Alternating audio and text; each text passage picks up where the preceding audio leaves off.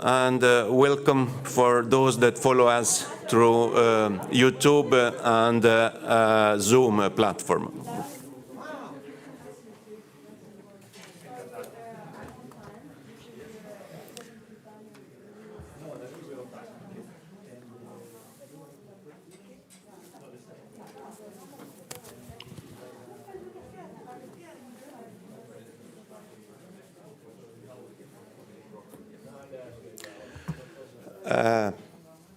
I'm very happy to be here with you for this third edition of the Italian-Lithuanian Business Forum. This is a long established tradition to have some time through the year an opportunity to meet and discuss the situation not only bilaterally between Italy and Lithuania, but even more importantly, our common action in the framework of the direction that the European Union has established,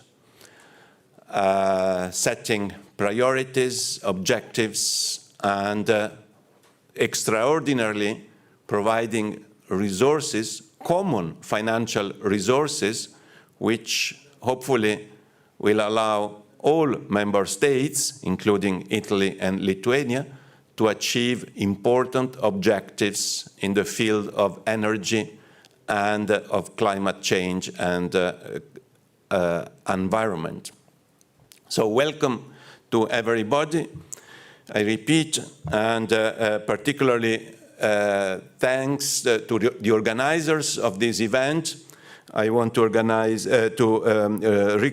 the common efforts of the Lithuania Enterprise and the Italian-Lithuanian Chamber of Commerce to allow the Italian Trade Agency, which is based in Warsaw and is responsible the office for the region, including Lithuania, and of course the Office for Commercial and Economic Affairs of the Embassy, of which I have the responsibility, the Embassy of Italy in Lithuania. Later on, we will be joined by Vice Minister of Energy, Daiva Garbaliauskaitė, and Vice Minister of Transport and Communication, Agnė Vaiciukevičiūtė. So this is rather important because the Ministry of Energy, the Minister himself, which I met, and the Ministry are supporting this dialogue, which is quite crucial on the path I've just mentioned. I think that it's quite important to understand how we are coordinated in this framework. This is impressive if you speak about, just for instance, the program of tomorrow morning in Brussels. We are going to have a ministerial council for energy, and the agenda of this meeting is very eloquent, very telling. The ministers will speak about the increase of the energy prices, which, as you know, is a kind of emergency caused by the post-COVID situation. And this is rather important. We are now in the process of coming out of the worst effect of the economic crisis determined by COVID-19. And I really express my admiration for the economy of Lithuania, which was able to get out of the minus zone in the first quarter of the year. So it was terribly efficient and quick, the way out of Lithuania. But the whole of Europe is having a fatigue, an effort to get out. And one of the consequences of this crisis is the terrible increase of energy prices.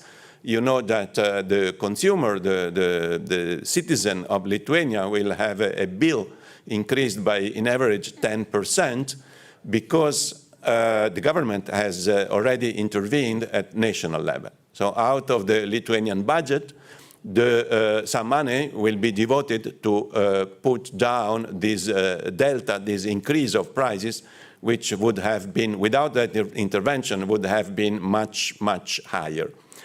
And this discussion, of course, is very political. I will not enter into details, but just to mention that what we are going to discuss today here at level of companies about renewable energy and energy transformation is also discussed in Brussels tomorrow at this Ministerial Council. The second item there is the gas package. And the gas is a terribly political situation where the Commission has a lead and is preparing the new directive on gas and the new regulation about gas. One must note that in the same item on the agenda, there is also an effort to regulate the package to create a legal framework for the use of the hydrogen. And of course, we are speaking above all of the green hydrogen. And this will be one of the themes of the discussion today. And we will have the opportunity to listen one of the most relevant experts from Italy, Dr. Crema, who will give a glimpse of what are the efforts of hydrogen in Italy. And in my opinion, this is an area of potential cooperation among the two states, at least so the energy minister told me. Another item in Brussels will be the package called Fit for 55. And this is the most courageous effort that we, as European Union member states, are trying to do to jump from the level that we already have agreed on to reach on 2030, almost in 9 years, the objectives to increase the reduction of emission to 55%. And this is, of course, calling the use of renewable energies and to increase the efficiency of the energy sector. And here it comes the directive on energy efficiency, which would like to increase of more 9% the save of primary energy of 32.5% of what was planned for 2030. And this is the principle of energy efficiency first in all the sectors, not only the energy one, including the planning of the infrastructures. And here we will listen what the infrastructures can do on every member state to go along that plan. And then we will increase, we want to increase the compulsory adoption of active measures for new energy saving starting in 2024. So as you see, the agenda is very close, very tight, and this effort is something that will make Europe relevant for the future generations. I mean, the effort of the Commission of Ursula von der Leyen, who was last weekend again here in Lithuania, unfortunately for more political and security reasons, the previous time was more dedicated to the energy and Green Deal, providing the resources to Lithuania. But the Commission of Ursula von der Leyen is very courageous and very determined to go ahead with this tight schedule I just mentioned. And of course, there are many aspects that have to be discussed. I will not discuss here, but we have to adopt some flexibility and to consider the situation case by case on every single member state. And then we have the directive on the renewable sources, which want to increase and update the directive which was approved only on 2018. It means that we are 3 years after and we are already changing the rules, pushing all the member states to go ahead faster. And this new directive will increase the targets, and the objective would be from 32 of renewable energy as a final consumption of energy to 40%, keeping 2030 as the objectives. This is something impressive. And this is something that the rest of the world should listen carefully, because this is the way we consider we can make a considerable effort and contribution to save the planet. You know that Italy and the United Kingdom co-chaired the COP26, who just took place in Glasgow, and Italy was responsible for the youth segment and organizing and hosting the preparatory ministerial meeting in Milan just a few weeks before the Glasgow conference itself. And Europe is giving an example in many aspects to the rest of the world. I think that we should be fully aware of the responsibility for global governance that we have. Of course, first for security, for stability and peace and democratic values, which is the base of our common endeavor as a European Union member states, but at the same time on the economy, with this direction that the Commission is pushing so strong ahead on climate and energy. And the two things stay together in the same picture, giving an example and I would say a reference to the other major players in the world and all the countries of the planet. And within this new directive of the renewable and renewable sources, the Commission would like to see member states to update the national plans on energy and climate. So from Brussels, this action goes directly to the different budget, to the different Council of Ministers here in Vilnius, in Rome, and in the other states. And we stay very much on the same page. We are working together in this direction. This is, I think, one important, I would say, historical time out of crisis. Remember that I was mentioning when Ursula von der Leyen was here, she brought 2.2 billion euros additional resources to Lithuania out of the COVID crisis. Because to recover, every country received an additional envelope, which for Lithuania is summing up to the 10.4 billion for the structural funds and the normal plan of investment that the European Commission is providing, but plus 2.2 out of the resources that we, for the first time in the history of the European Commission, we created together. We created resources jointly.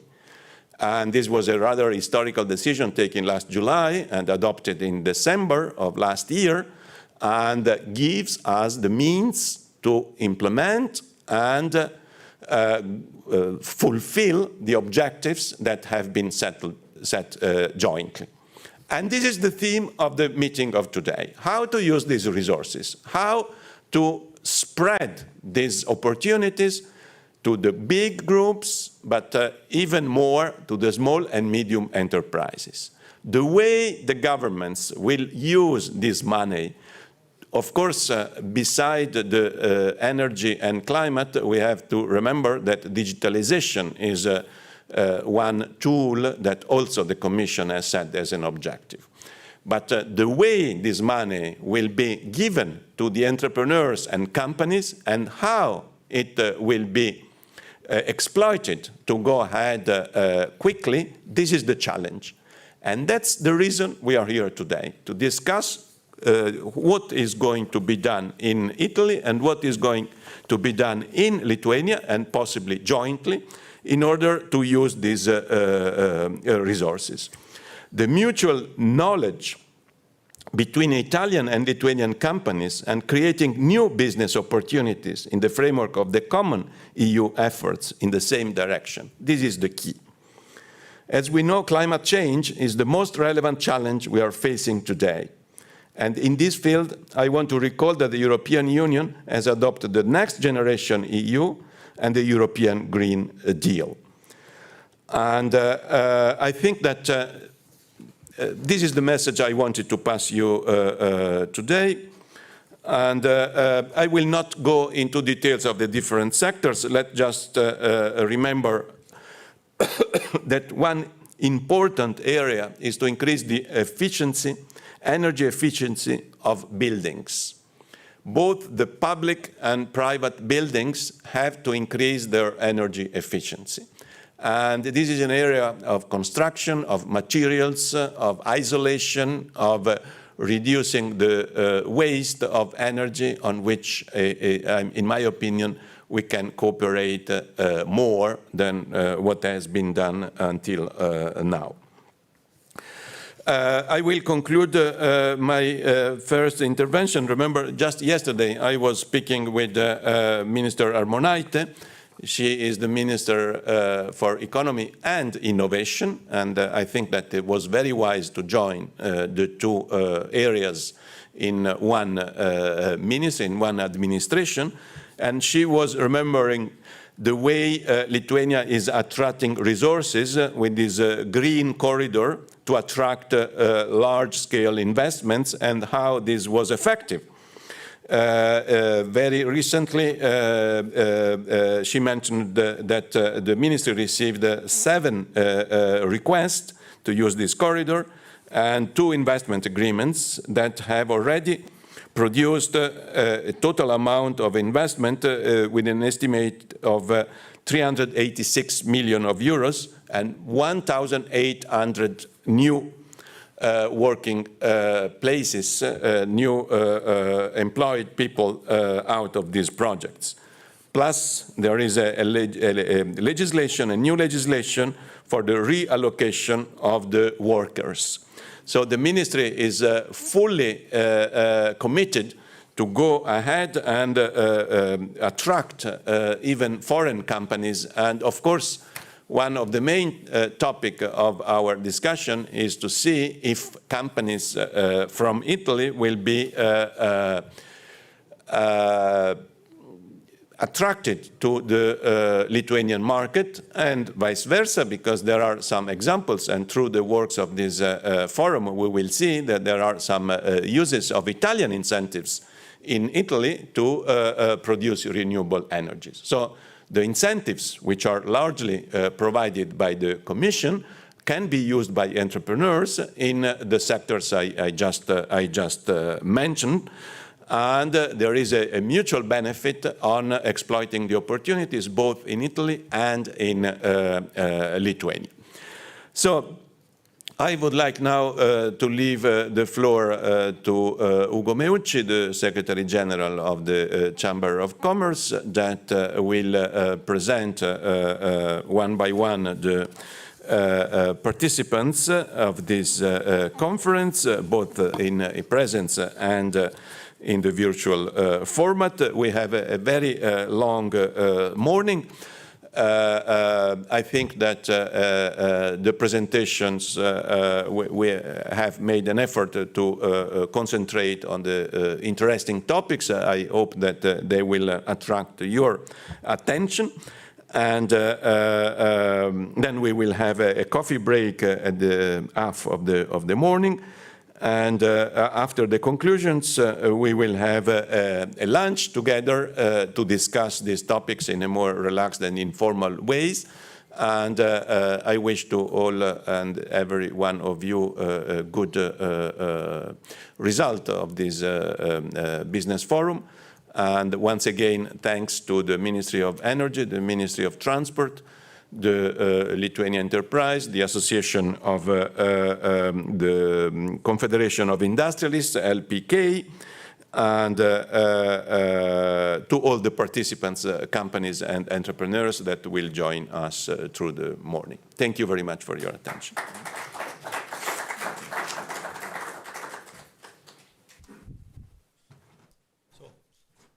Thank you very much, Ambassador. Thank you for your welcome speech and for your interesting speech. Now I would like to invite on stage the Vice Minister of Energy of Lithuania, Mrs. Daiva Garbaliauskaitė. So please, very welcome. And let me just underline that this is not the first time that we talk about renewable energies, because already in our first forum in 2018 we have a discussion about this, and we have also this year a webinar talking about renewable energy in Lithuania. Thank you very much. Thank you. Dear Ambassador, colleagues, first of all, I would like to take this opportunity and to thank the Ambassador of Italy, His Excellency Diego Ongaro, for maintaining and nurturing this very important tradition of bringing together the key governmental and business stakeholders to this forum in order to discuss the most relevant topics of our common energy transition goal. As the Vice Minister responsible for renewables and renewable energy development in Lithuania, I'm glad that we continue this discussion on renewable energy that we have started in June during Lithuanian Italian Renewable Energy Business Forum. And I do hope that this discussion continues. And today I was invited to speak about the Lithuanian renewable energy challenge, and taking this opportunity I would like to confirm that Lithuania is fully committed to climate neutrality in 2050. I must also admit that our transition towards carbon neutrality will be challenging and will require proper management and mobilization of public and private sectors, including financial resources and technological solutions. However, today I would prefer to speak more about opportunities that energy transition towards climate neutrality along with the development of renewable energy is going to bring us. And in Lithuania, we see renewable energy more like an opportunity than a challenge. And there are several possible explanations to this approach. During the coming 2 decades, Lithuania is going to change its dependence on electricity imports, which today is unfortunately still about 70% of imported electricity, and which is largely based on renewable energy in the future. In 2030s, we will have 70% of renewable electricity and 100% in 2045. This will be a major shift in Lithuania energy sector, and perhaps the second one in its history.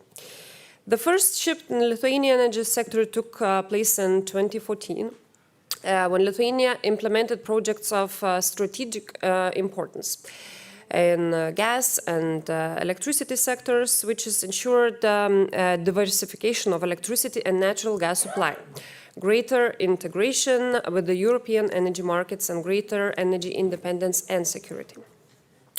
The second shift, which is going to be faced in a couple of decades with the massive development of renewable energy, will bring us self-sufficiency and even greater energy independence and security. I could distinguish 3 main approaches that will contribute to this shift in Lithuania energy sector. The first one is offshore and offshore wind.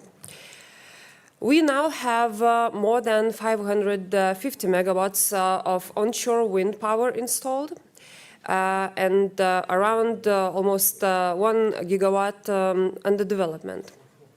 Most of them under market conditions with no financial support.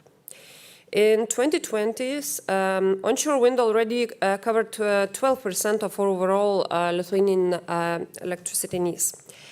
And going forward towards offshore wind, currently Lithuania has obviously 0 megawatts of offshore wind, but however, the overall Lithuanian offshore wind potential is around 3.4 gigawatts. And we seek to use this potential in full scope by building a few offshore wind farms. The first offshore wind project is expected to be in operation already in 2028.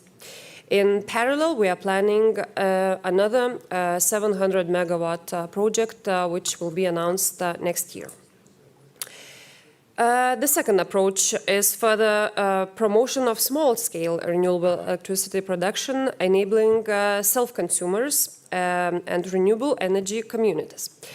We plan that in 2030s, every third Lithuanian will generate electricity for their own needs. In 2050s, half of the consumers will be the prosumers. And the number of prosumers has already grown a lot, more than 200 times since 2015. Renewable energy communities will be also our focus, and by 2025 we aim to install at least 1 gigawatt of solar electricity in Lithuania. The third approach, the facilitating the use of renewables in transport and industry.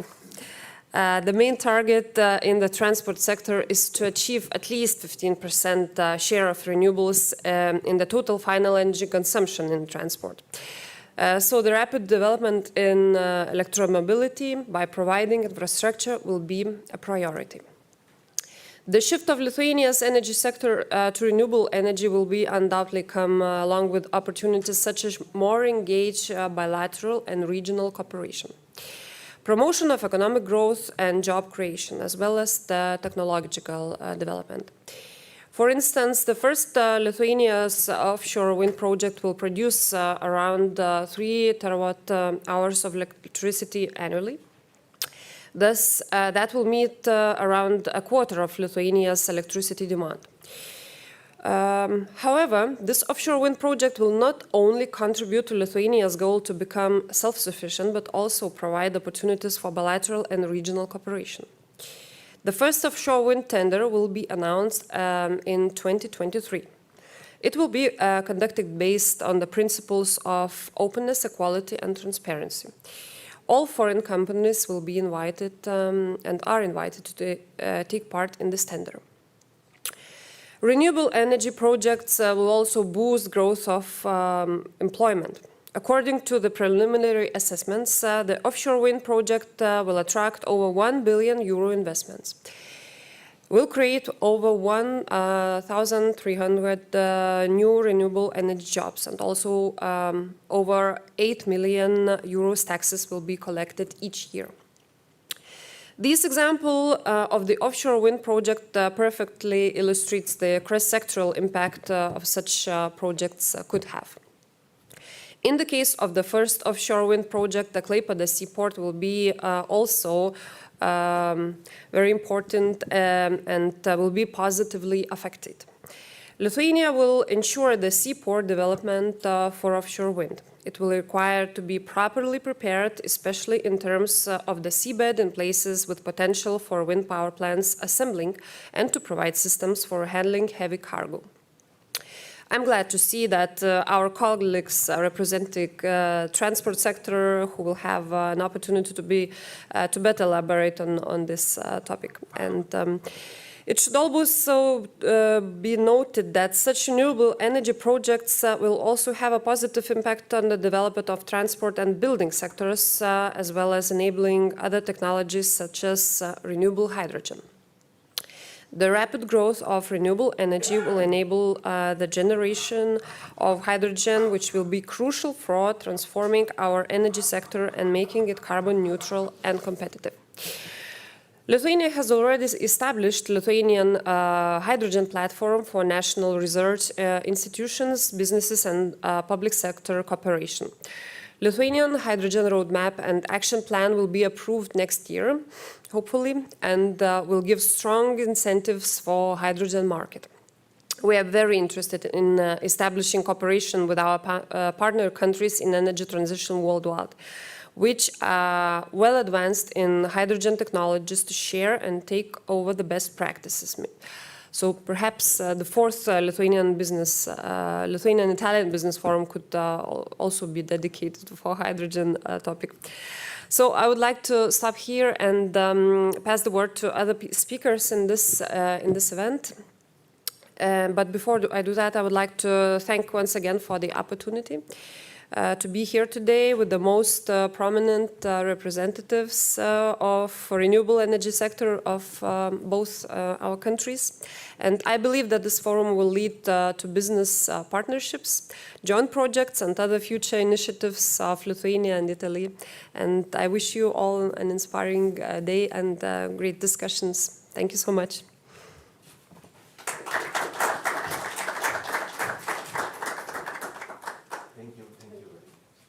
Thank you very much. Yes, you're absolutely right. Our mission is to increase the level of relationship of the cooperation between Italian and Lithuanian company.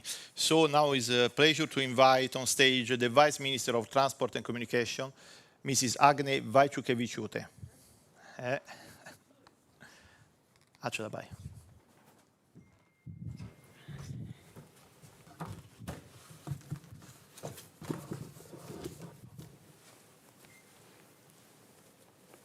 Buongiorno. Labas rytas, good morning. Once again, it's a great pleasure to be here. Thank you, dear Ambassador, for this invitation. We do see ourselves as a huge part of this transformation Green Deal. And as a Vice Minister of Energy already mentioned, we're working together with the Ministry of Energy and all the other ministries towards Green Deal goals and initiatives. And I would like to share some insights towards green transport in Lithuania, what we are actually doing, and just to give you a glimpse of the scope, where we are standing right now, and what are our plans and vision to the near future. And as an ambassador said, we do have a lot of ambitions, numbers, plans, and expectations from the European Union, from our national governments.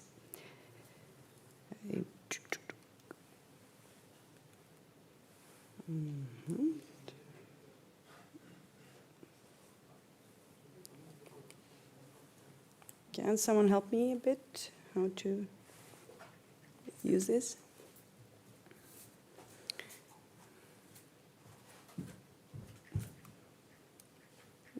Thank you. So first of all, what is really important to mention is where we are right now. In Lithuania, 30% of all the emissions comes from transport sector. And just before last year, the ambition was to reduce it by 9%.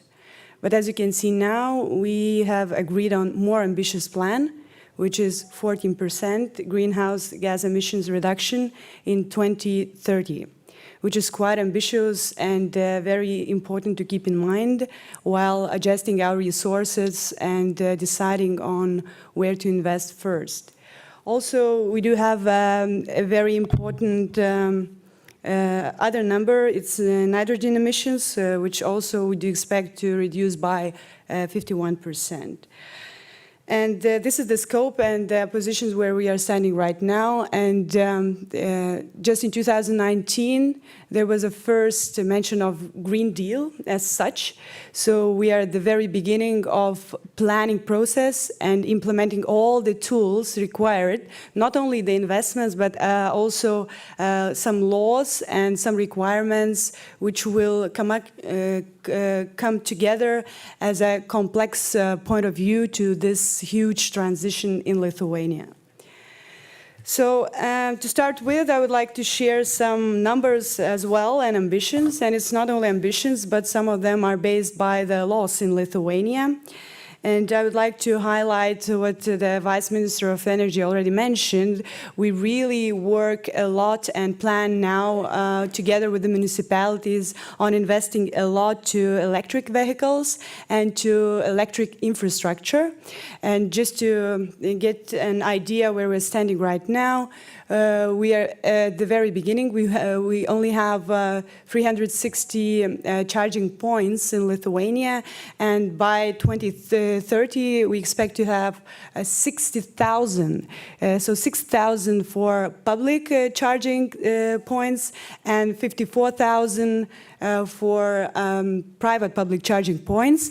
And this is where we are coming together with the Ministry of Energy as well, and working together, planning accordingly, that there would be enough of power, that there would be enough of initiative from the municipalities, and there would be enough of opportunities for our businesses.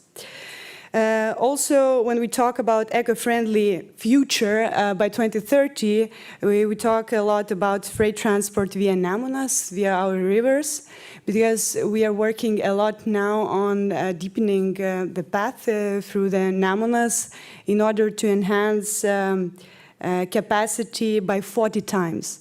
According to experts, one truck can take around 25 tons of cargo, but one barge can take 1,000 tons, which is 40 times more. So it's not only an eco-friendly solution, but it's economically efficient solution as well. We also, obviously, when we talk about transport, we should mention railways. Obviously, it's an ongoing process. It's a huge part of this transition. And we are now talking about electrification and enhancing the process in railways. Firstly, Vilnius-Klaipėda. And then we're also trying to figure out other solutions as the batteries, charging batteries, and even maybe in near future hydrogen solutions, if it will be chosen as such. Because I myself was participating in Glasgow Climate Change Conference, and we also had a very good discussions together with the German colleagues as well, and they already have those hydrogen trains. So it's not the future, it's already exists, so we need to choose which ways to go.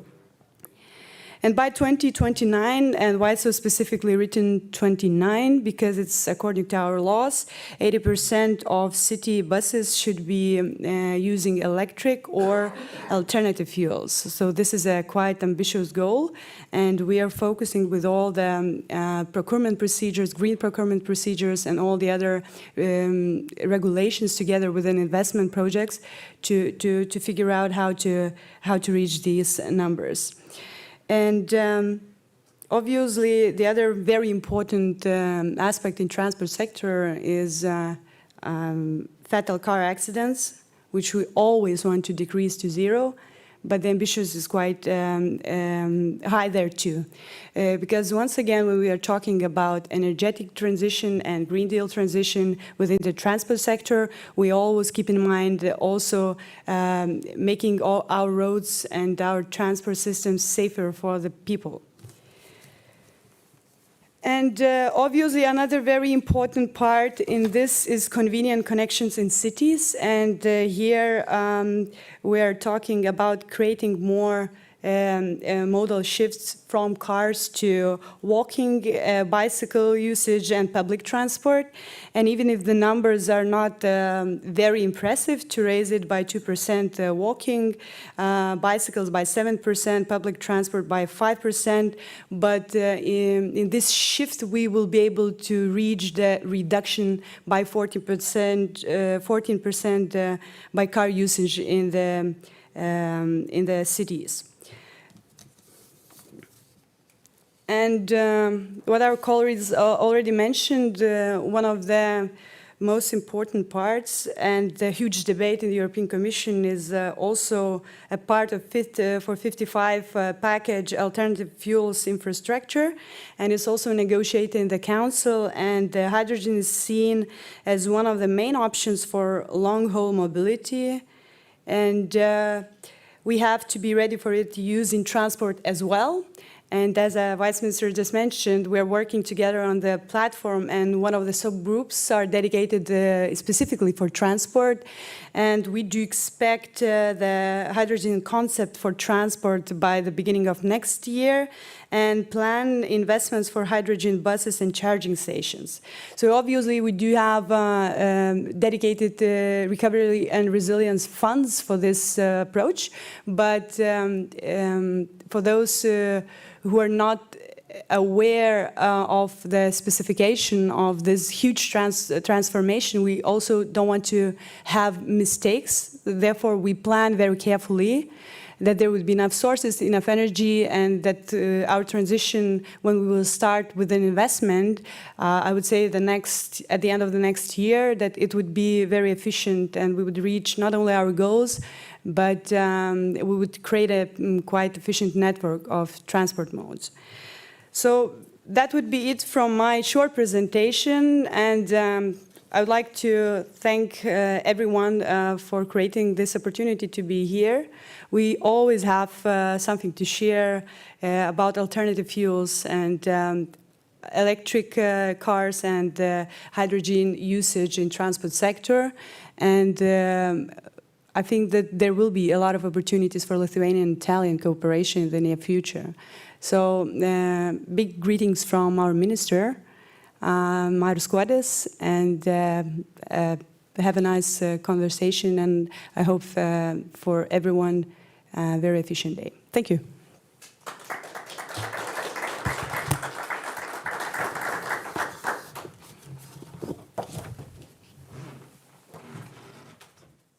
Thank you very much. Thank you very much. And according to your suggestion, later on we also have a speech from Iveco that we have to tell something else about alternative fuels. So now we have online speech. Welcome to Mr. Stefano Nicoletti from Italian Ministry of Foreign Affairs, Country System Management Office. Thank you, Mr. Nicoletti. Thank you for joining us today. The floor is yours. Good morning from Rome to all the participants to this third Italian-Lithuanian Business Forum. I would like, first of all, to thank all the organizers for this invitation at today's event. And in particular, I would like to warmly thank the institutional partners, both Italian, starting from our ambassador Ungaro, and Lithuanian. This business forum is an important chance to recall the strength of our economic and commercial ties, being at the same time a great opportunity to deepen our mutual knowledge between Italian and Lithuanian companies, and therefore creating new business opportunities. As we know, climate change is the most relevant challenge that we are facing today. In this field, the European Union and its member states are playing a key role. The Next Generation EU and the European Green Deal highlights this willingness, setting ambitious targets in terms of emission reduction target and investments in the development of renewable energy. And what I line is that Italy is at the forefront in the development of renewable energy. At the European level, in fact, Italy has achieved its emission reduction target set for 2020 and has relaunched its commitment toward more ambitious goals to be reached by 2030. All these efforts are in line with the EU policies aimed at relaunching climate neutrality by 2050. Therefore, we are putting energy and climate at the center of our political agenda. As a matter of fact, the National Energy and Climate Plan, which we have, has set very ambitious target for renewables by 2030, aiming to reach 30% in total energy consumption and 55% in electricity generation. Our country has experienced an impressive growth in the field of renewable energy sectors, thanks also to the cooperation between our government and our dynamic private sector, made up of many small and medium enterprises, as well as by large companies which are operating worldwide. Among the latter, I would like to underline that our largest renewable energy operator is Enel, and its subsidiary, Enel Green Power, which is the world's largest private operator in the renewable sectors, with 47 gigawatt of managed capacity from wind, solar, geothermal, and hydroelectric plants, which are located all over the world. It is also important to stress the relevance of other large Italian companies, such, for example, Snam, which are operating in the energy sector with a consolidated experience and cutting-edge technology, in this case, especially in the hydrogen value chain. And I believe that there might be room for cooperation between Italian and Lithuanian companies in this new sector, which is the hydrogen sector. Moreover, I would like to take this opportunity to stress also that more than 430,000 of Italian companies have already invested in green technologies and products during the time span between 2015 and 2019, which is 1 out of 3 companies.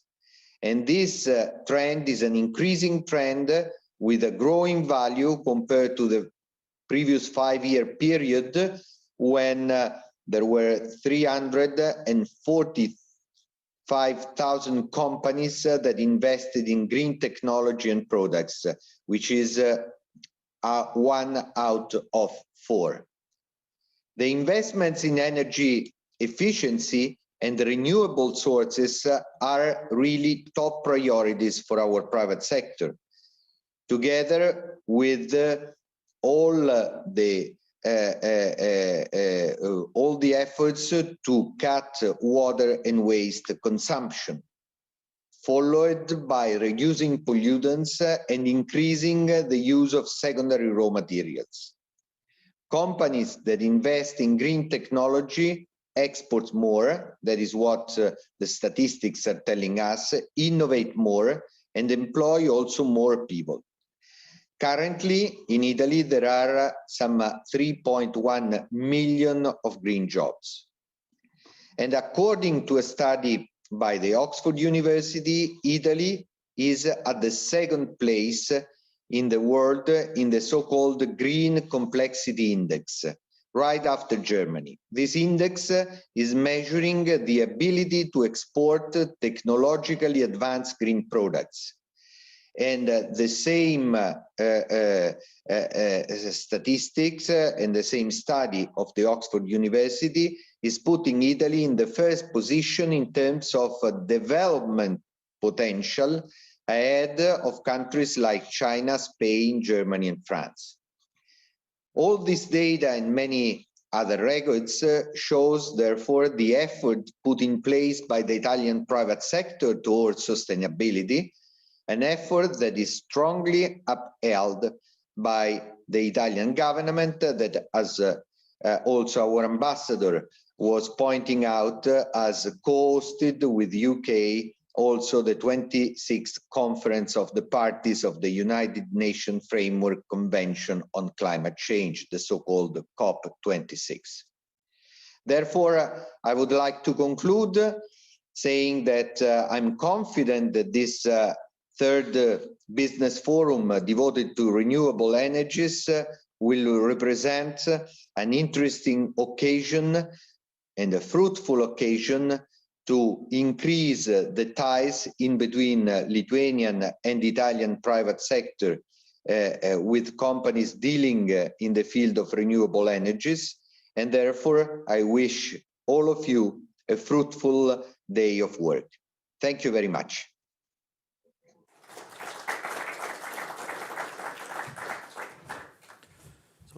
Thank you very much, Director Stefano Nicoletti. And now let's move forward. Let's go to the 2nd session. We have key speakers, very high level, let me say. And Mr. Nicoletti mentioned the saving energy, investment. So we talk about money. And to talk about money, we are glad to have here the Director of the European Investment Bank for the Baltics, Mr. Marco Francini. Marco, please. Thank you for joining us.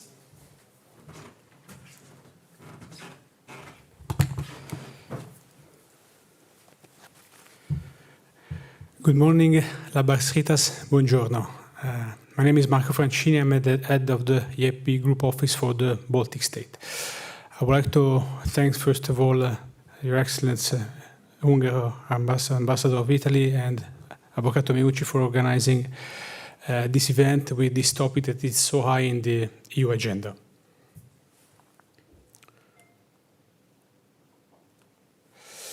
So I will start saying what the EIB Group is, our ambition to become the climate bank, what we will do, and the implication of our business. As you know, the European Investment Bank is the bank of the EU. The shareholders are the 27 member states. We issue AAA bonds in the capital markets, and we finance projects that are in line with the priority of the EU, that are SMEs, environment, infrastructure, and innovation. In 2007, we were the first one to issue what's so-called at the time climate awareness bond. It was the first green bond. And as of today, we are the largest issuer of green bonds.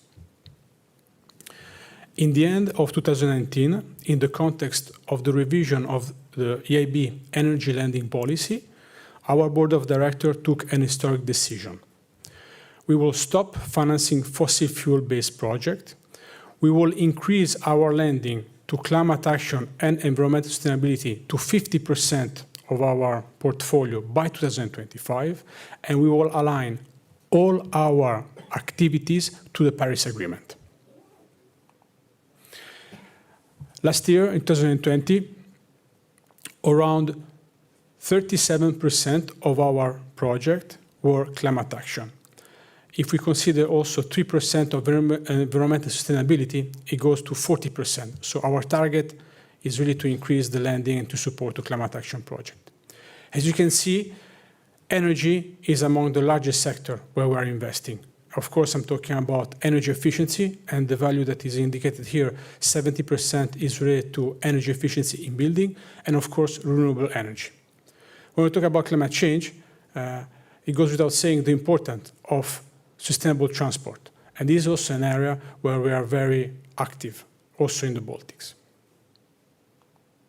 So what is the Climate Bank Roadmap? The Climate Bank Roadmap is a document that we have prepared in order to set our strategy on how to become even more the climate bank. And it's built on 4 work streams. First of all, accelerating the green transition, which means that we will support even more all projects that are in line with the criteria of climate action. We will support a just transition, which means that we will support more those communities that are most in difficulty, that is most in need, and are mostly reliant on fossil fuels.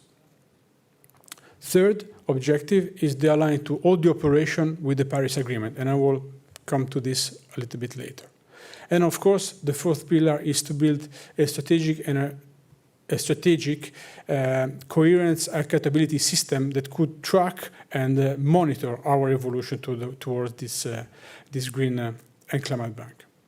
So what does it mean, Paris Agreement? The alignment of the Paris Agreement means that all the financial flows must be coherent with the overall objective of the global warming not more than 1.5 degrees Celsius toward 2050. So this is, as you can see, our support to the energy sector in the last 5 years. As you can see, the largest amount is definitely energy efficiency and renewable. And of course, it can be frustrating on the basis of the various, on the various projects and the various year, but is a constant objective to increase this towards climate action.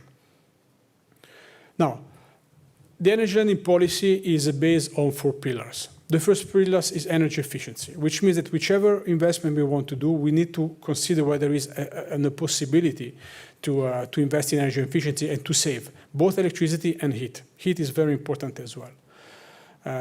We see a very big potential for energy efficiency here in the Baltics, not only in buildings, but also in manufacturing and in many, many sectors. The second pillar, of course, is to decarbonize the energy production. And also here, I must say that Lithuania has a very big potential, especially in the Baltic Sea, with a lot of projects that have been talked also before related to the wind project. And we might see more projects coming, also supported by the EIB. The third pillar is about innovation, okay? Because if we want to have a transition, of all the society, so from the public sector to the private sector, we need also to invest in innovation, which means that not all the technology is there, and sometimes we also need to invest in new technology like hydrogen that was mentioned before, but as well as energy storage, batteries, and innovative ways of reducing electricity consumption. And I believe that Lithuania has a really innovative hub for the region and for the EU. We will also have projects in this sector. And the fourth pillar, which is also very important, is to continue to invest in grid, electricity grid, heat networks, because it's key that we have a reliable grid in order to transfer renewable energy that are intermittent to the final user. So we will continue to invest and to support electricity grid.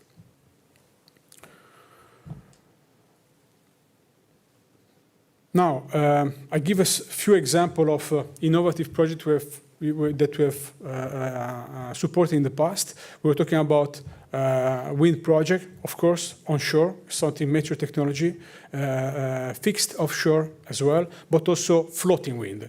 This is another technology that we have already supported, or let's say not extensively, but we have already supported because we see large potential for decrease in cost for this technology that at the moment is still pretty expensive.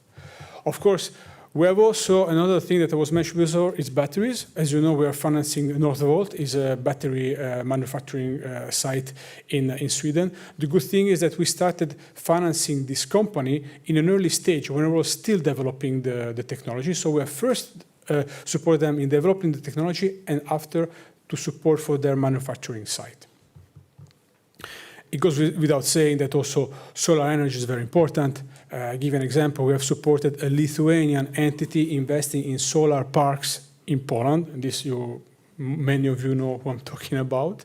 And of course, here we're talking about the EU, but the IB is also active outside the EU, because at the end, Europe accounts for around 10% of the emission, and we will need to do more even outside the EU. So Africa, Asia, South America, everywhere. Now, EIB project in the energy sector. Definitely, this is the sector where, that in Lithuania we have covered the most. In 2010, 2012, 2013, we were talking about energy independence. The EIB supported the LNG terminal in Klaipėda, and this is one of the projects we are the most proud of. And then, of course, we can talk about security of supply. We're talking about Amber Grid, the interconnector between Poland and Lithuania for electricity, but also the district heating of Kaunas that we have supported last year with a signature of around 55 million. And then, of course, our partner like Ignitis Group that we signed a loan last year to finance smart meters that are also very important if you want to gain energy efficiency. So the first is really to measure, and these smart meters will support this. And of course, Lietuvos Energia is a very big project, and we hope that soon it will also be online.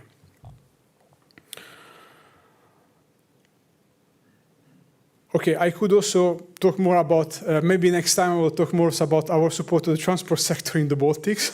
Okay, we can even talk later. We are, Lithuanian Railways is one of our partners, but as well as other entities like Estonian Railway and Sustainable Transport. That is something that we would like to look more into in the coming years. So I give some example. I was talking about Poland. We saw solar project in Poland. Therefore, there is the possibility now to have solar parks in all the Baltic states and even in Nordic countries. We are also talking to municipalities, and it's important that municipalities are also considering all the investment. Actually, also the city of Vilnius, the municipality of Vilnius, is one of our clients where we have invested in the energy efficiency and in replacing the electric bulb with a LED bulb, and this would increase a lot their energy efficiency measures. And of course, it's an example of offshore wind in Romania, where actually Energreen Power had large onshore wind farms. And we see this project coming also to the Baltics.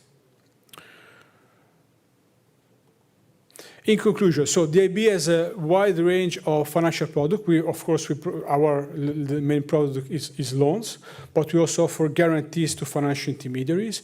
We can also enter in with equity through funds, and actually the Baltic Innovation Fund is a very good example of more than 1 billion supporting the Lithuanian economy in the last 5 years. The good thing that we have in the bank, we have a department of 400 between engineers and economists that are expert in each of the sector. And we can also provide technical assistance for projects that need that kind of technical support to get it more bankable, but also to support the counterparts to increase the knowledge. And I believe there is a big need for everywhere in the economy, so from the citizen to the manufacturing, the SMEs, public administration, what climate action mean. Taxonomy is a big discussion, especially in financial institutions. So we will also support all the economy to raise awareness about this. And I always tell about this joke that you ask to the CEO of SME whether his company is sustainable, and the CEO of the SME will say, "Of course I'm sustainable. I'm 20 years in the market." But that's not the kind of sustainability we're talking about. We are talking about another kind of sustainability is related to climate action. We're also in talks in Lithuania. We are, let's say, welcoming the National Energy and Climate Plan of Lithuania. We see a very ambitious plan, and we are also ready to stand by the Lithuanian government to support and also speed up this green energy transition. And of course, as I said, there is a large potential in the Baltic region, both in renewable energy, especially wind, in the wind project, energy efficiency, but also in sustainable transport. So thank you very much. And thank you again for the invitation.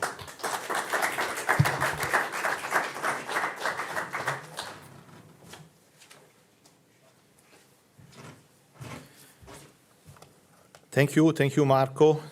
And now it's a pleasure to have online speech of our old friend of Italy, Mr. Vidmantas Janulevičius, President of the Lithuanian Confederation of Industrialists. Please, Vidmantas, we leave the floor to you, and I kindly ask you if you can underline your experience in the business in Italy. Thank you.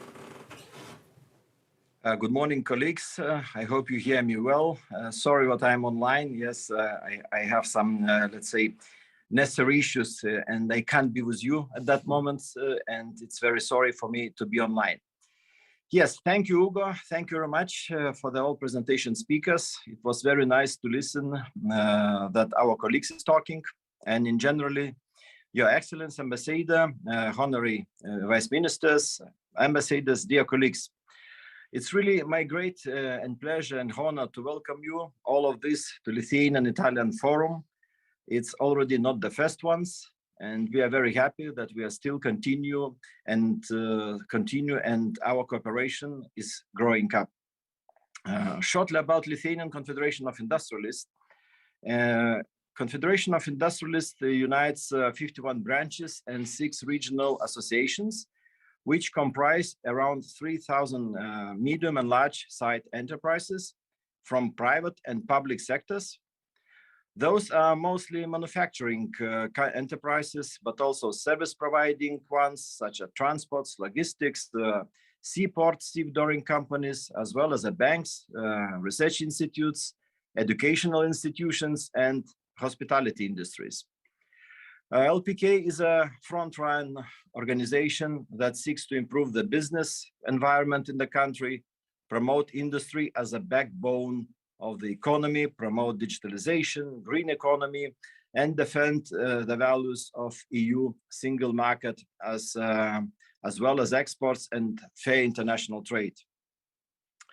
Lithuania is closely looking to the Italy because I think that all plans regarding the renewables, Italy started much more earlier in the beginning of 2000s as a whole European Union. And in most cases, it's a really good example of how we need to treat this in the future. Italy is a best example of dedicated efforts with the financing of recovery and resilience plans to transform the national economy with the high positive impact for the entire EU.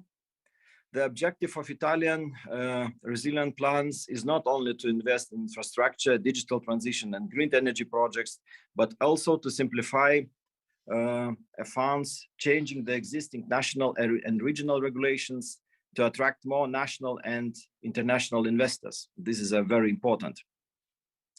Italy has confirmed extensive investments, over 1.1 billion, to agrivoltaic installations of solar photovoltaic panels in the solar parks with a capacity of 1 gigawatt.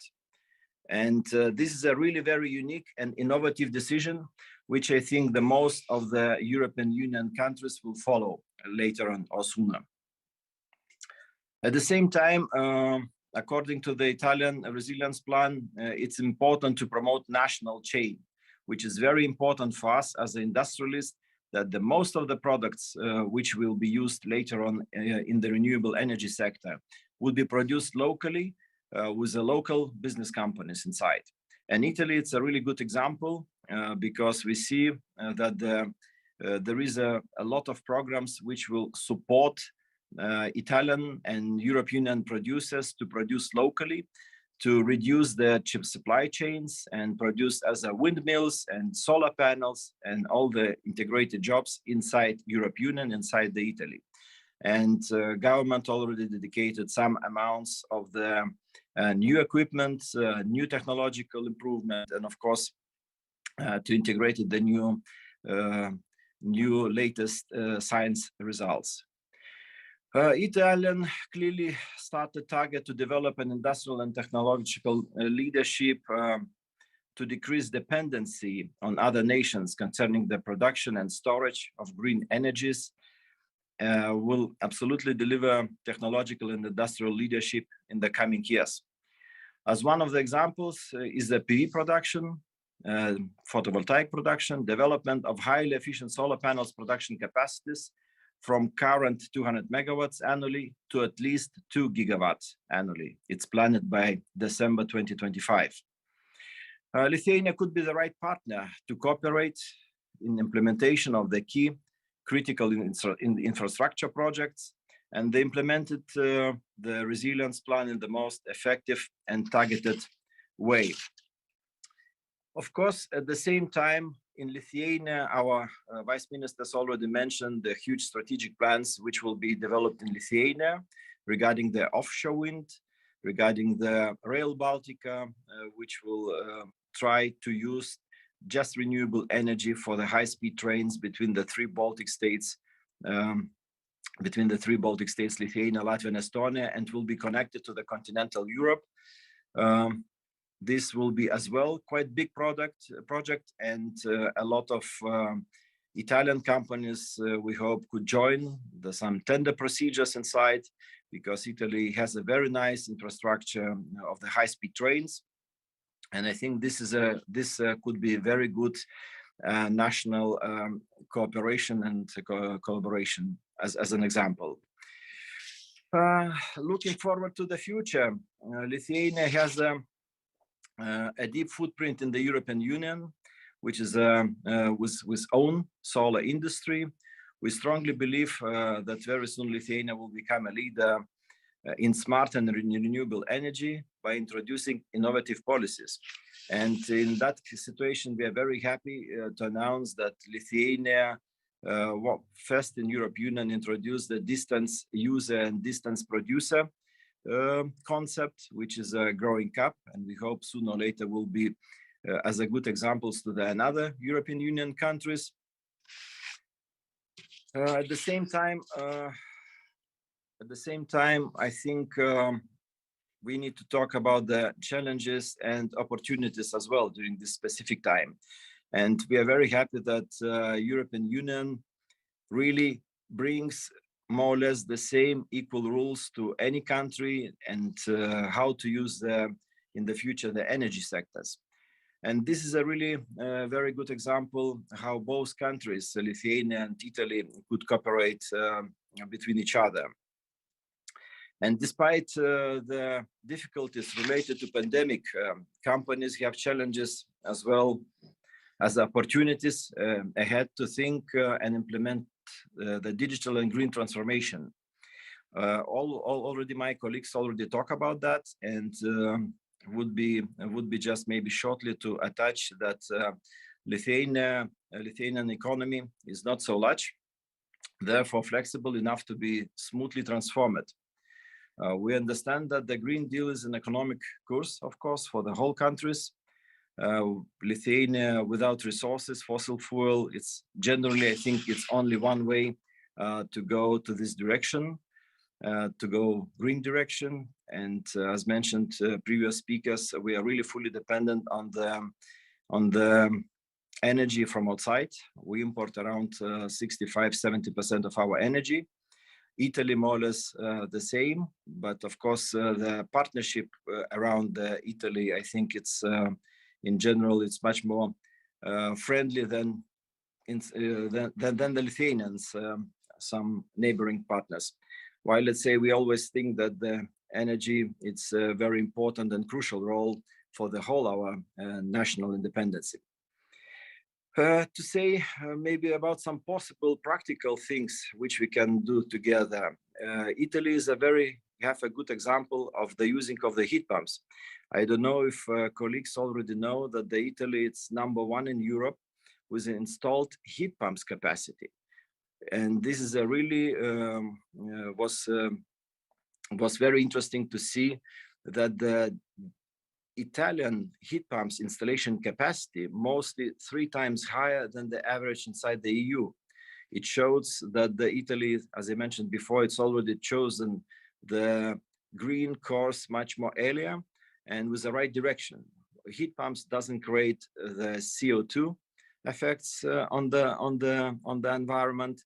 And of course, for the heat pumps, you need the green electricity, which could be produced from wind, from solar. And this is really the possibility to be fully independent and produce the all necessary energy things as a heating, cooling as well. Of course, with the new heat pumps, you can cool down the premises and the industry. This gives possibility to be fully independent and to be really reduce the CO2 emission as per industry, as a per people. I think in general would be very interesting in the future to with Hugo to exchange some possible, let's say, our teams, firstly between the Lithuanian Confederation of Industrialists and the Chamber of Commerce of Italy, to prepare some possible real practical draft agenda, how we can help each other. Lithuanian Confederation of Industrialists always will support the possibility to participate in Lithuanian tenders activities with the renewable energy, with the infrastructural projects. The same, of course, Lithuanian companies really could support the Italian constructors, construction companies as well, with the right quality issues, with the right cost levels. I think it's a really huge possibility now for both of our countries to work together, to bring business together, and of course to make our countries and European Union greener, smarter, and more, let's say, friendly to the environment. Thank you very much. Sorry that I need to talk from the very difficult place, and sorry if was some mistakes. And thank you very much for possibility to participate together with you. Hope to see you soon in natural way. Thank you, Hugo. Thank you, Excellence Ambassador. Ačiū Jums, grazie a te, Vidmantai. And we will follow your ideas. Absolutely, we have to follow up. And let's say we can promise you that we will do it. Let me say also a special thank you to our partner, as our ambassador underlined at the beginning. Thanks to our Lithuanian counterparts, LPK, and let me say special thanks to the guys at Enterprise Lithuania, Verti Lietuva. Special thanks to the director, Daina Copione, and our friends Rokas and Aida. So now it's time for Mr. Virgilijus Poderis. I will invite on stage Mr. Virgilijus, Director of the Lithuania Energy Agency. Ačiū labai.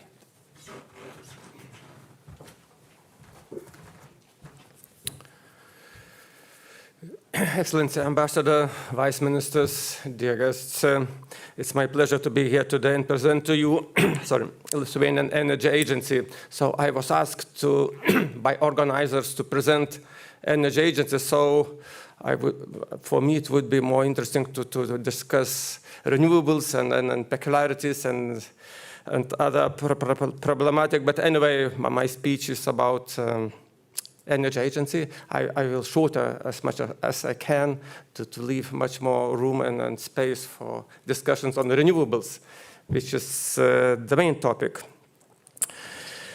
Lithuanian Energy Agency was established in 2019 by merging two different agencies, Energy Agency and Lithuanian Oil Products Agencies.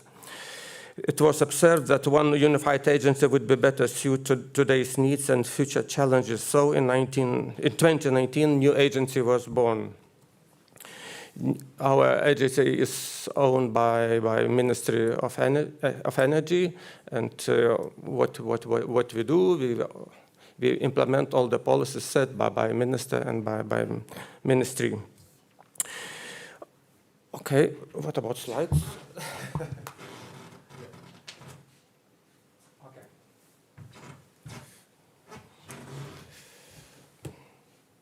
Not this.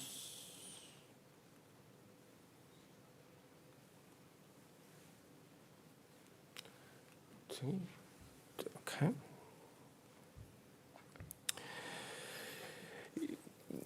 Key energy agency mission is to create safe and sustainable energy future. In order to achieve it, we must have key expertise and necessary experience to implement policy and provide sound policy advices to ministry. This knowledge is only possible if agency would become a leading energy competence in Lithuania.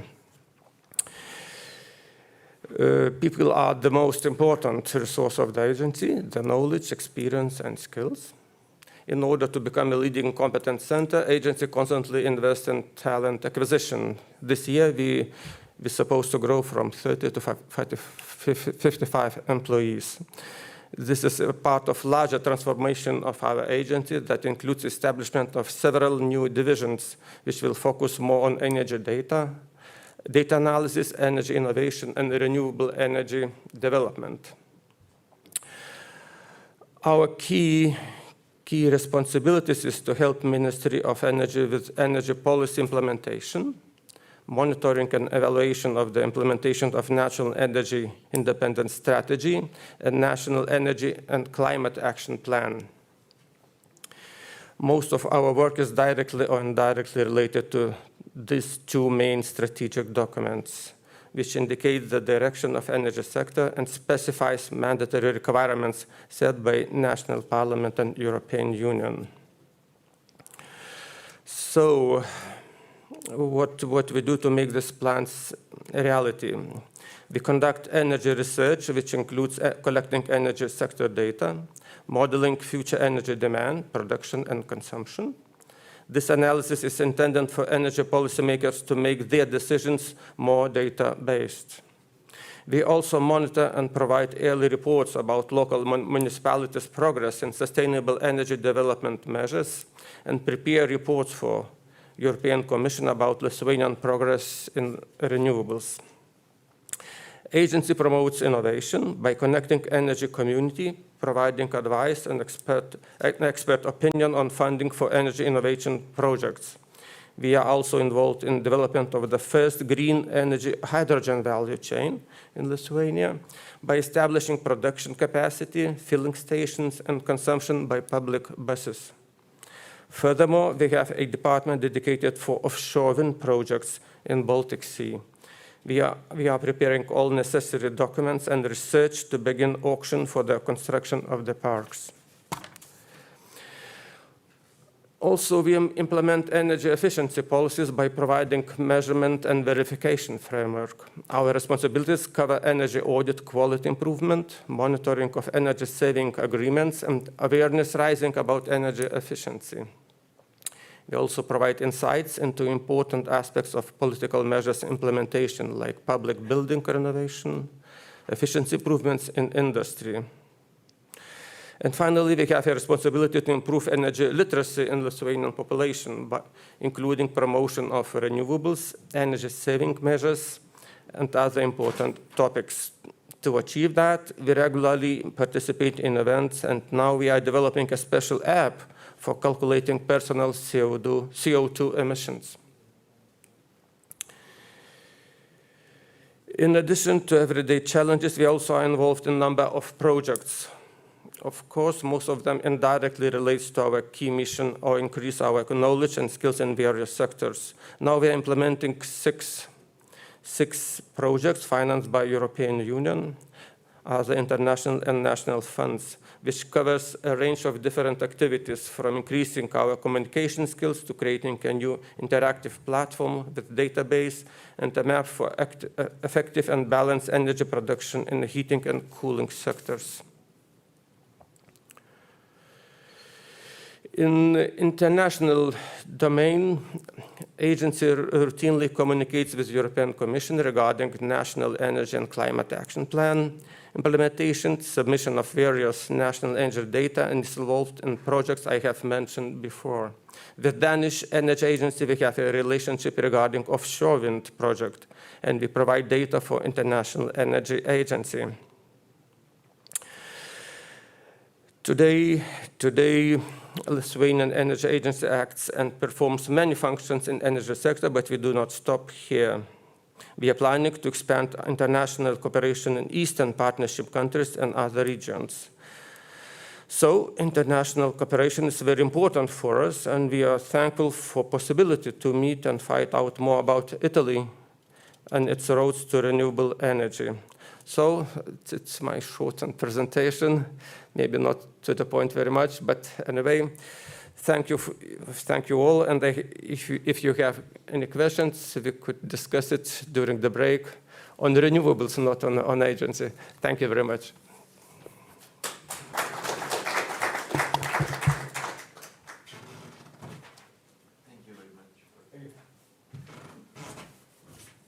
Thank you very much. And now it's time of the speech of Professor Luigi Crema from Bruno Kessler Foundation, University of Trento.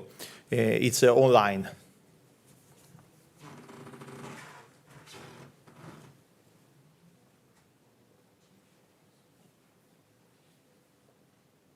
Dear Excellence, Ambassador Ungaro, dear all authorities and guests present at the event Energy for the Common European Future. I'm thankful for the kind invitation to attend this important initiative. I'd like to send my salutation to all the participants with my best wishes on the collaboration it could be established between our two countries. I'm Luigi Crema, Director of the Center for Sustainable Energy at Fondazione Bruno Kessler and Vice President of the Italian Association on Hydrogen and Fuel Cell. I'm very happy to have the chance to contribute to this important session. As Fondazione Bruno Kessler, but I can speak for the Italian Hydrogen Association, H2IT. We are proud to help and strengthen the mutual relationships between Lithuania and Italy. We will continue to guarantee our support in the future occasions. For some years now, hydrogen has experienced an unprecedented interest, supported by a series of international initiatives, starting from the European Hydrogen Strategy on July 2020, the Fit for 55 package, and we must be positive on this, on the results of the COP26. There is a stronger political support worldwide to find the way for the energy transition. In this, hydrogen will play a key role to represent at 2050 around 25% of the final energy consumption targets in Europe potentially, impacting in decarbonization, in job creation and economic growth. In the hydrogen sector, there are now large-scale initiatives in the pipeline and several opportunities for the sector to scale up. I'd like to make a short review on where we are. We needed to start from a strategic plan, which is now represented in several European and national programs, such as the program of the Clean Hydrogen Alliance in the scaling up of the sector, the establishment of the Clean Hydrogen Partnership at support of the research and innovation of the present and future technologies to improve performances, reduce costs, and identify the next generation technologies. The National Plan for Recovery and Resilience to make the sector start implementing hydrogen valleys, working on the hard-to-abate sectors of industry and mobility on the future technologies. The IPCEI, important projects of common European interest, with the intent of building up a strong European manufacturing sector, supporting the development of breakthrough technologies. The work performed inside the European research area, supported by Member States, with the identification of a new strategic research innovation agenda, to fill in the gaps in the present European programs and partnerships.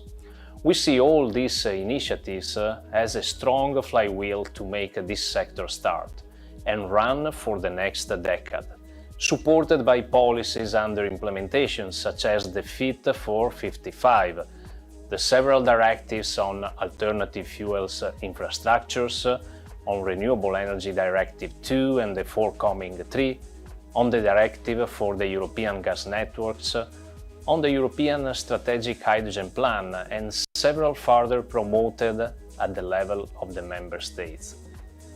Where we are today, we have identified priorities. We should start from the sectors where hydrogen can give a unique value, the so-called hard-to-abate sectors in industry and mobility.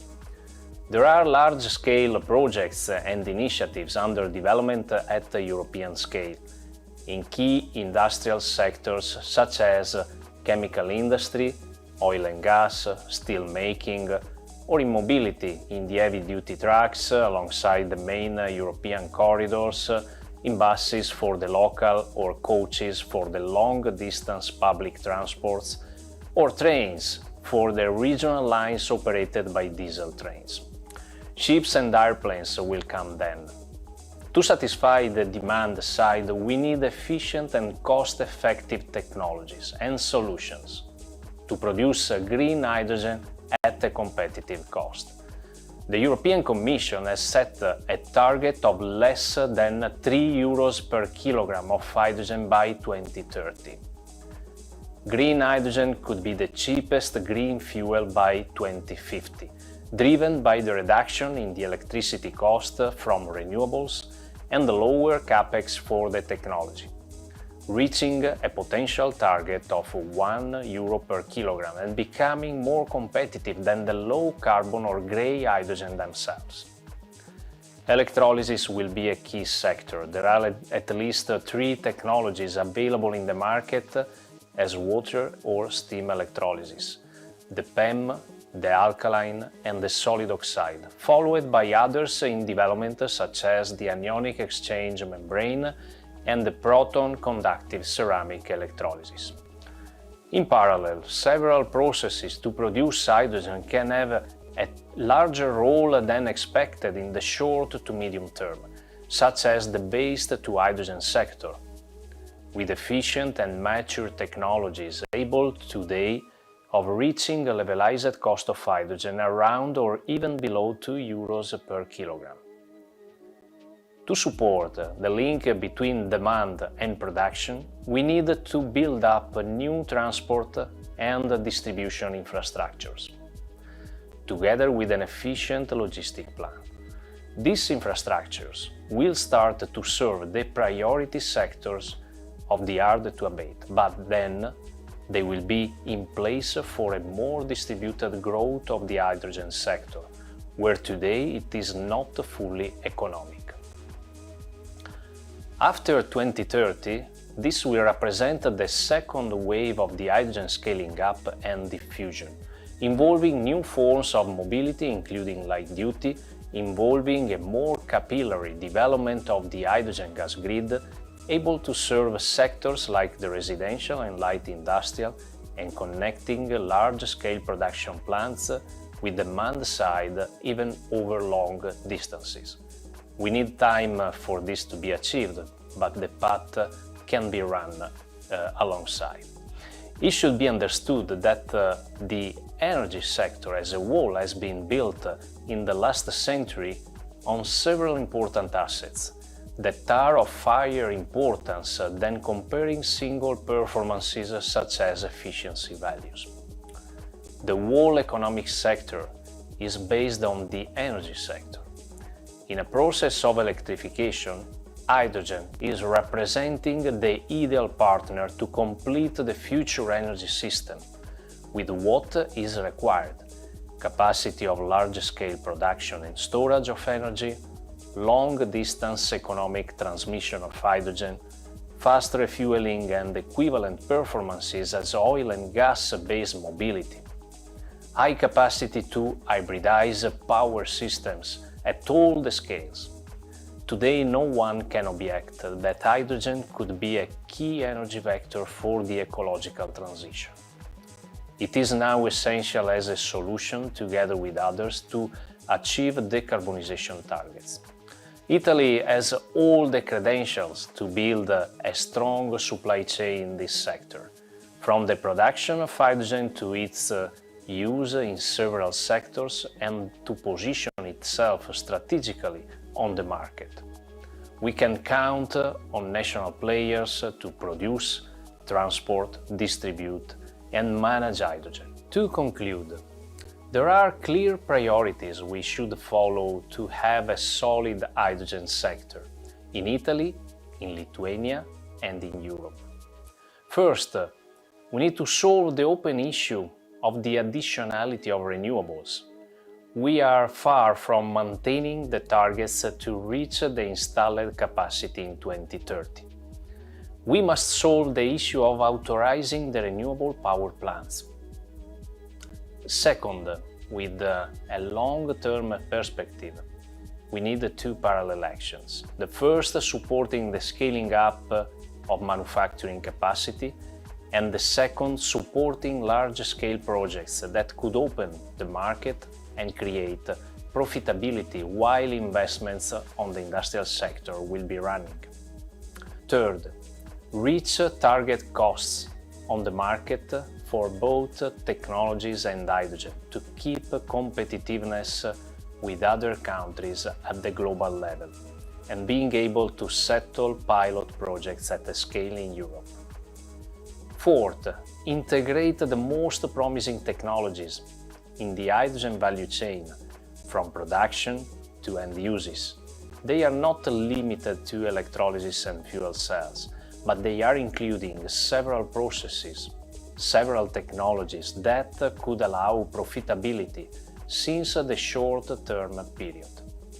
Then support the research, development and innovation in the hydrogen sector to improve the present technologies and solutions, and at the same time think to the next generation technologies to keep leadership in Europe.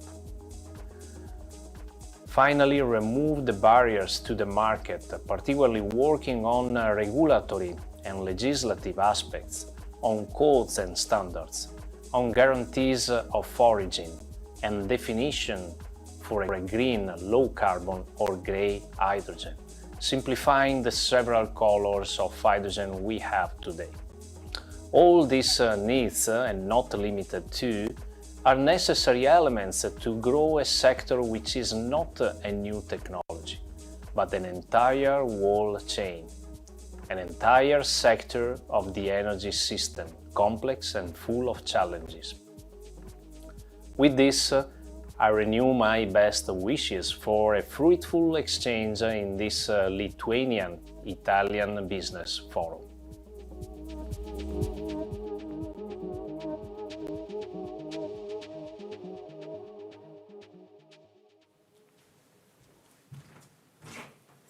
Thank you, Professor Crema. And now, before the break, I will invite our ambassador for some consideration, some follow-up. Yeah, I think that there is a limit on these events of too many information in too short time. I mean that at least my reaction would be to listen more carefully what has been said. For instance, only on this last intervention, I think there is a full span of possible cooperation between Italy and Lithuania in this new dimension. I think that Dr. Kremer was very clear on expressing this substance of many aspects that have to be considered in a holistic way. And the same, I would say, for the other key speakers, the Bank of European Investment, which has a long experience in the sector of supporting financially this revolution. Not to mention the Lithuanian Confederation of Industrialists, which also is offering many possibilities of cooperation. And last but not least, the Lithuanian Energy Agency, which is creating the conditions and the framework for future activities. So just in one word, I think that the use of this business forum will be exploited fully and in the different aspects that have been inserted in this short time in a longer term. And I consider this as has been said by the Vice Minister, as an opportunity to start immediately to program further occasions of cooperation. And I think that hydrogen will be the next one. Thank you for your attention in this session, substantive session of the key speakers. And now we are going to have the break with coffee offered just outside here in order to exchange views in a more informal way. Thank you.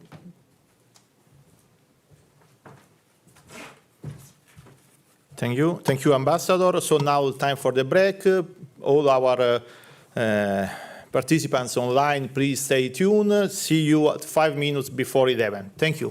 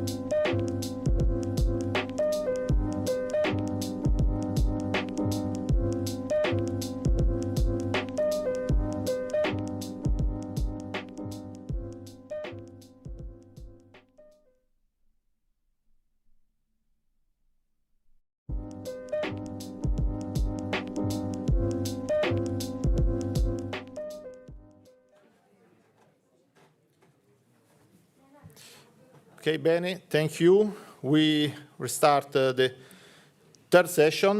Let me invite Resident Ambassador for an introduction of the session number 3. So just one word to say that this first segment, the opening and the session of the key speakers was basically the introduction. But the major player in this revolution, in this historical transformation of Europe that energy and climate priorities are setting is the private sector.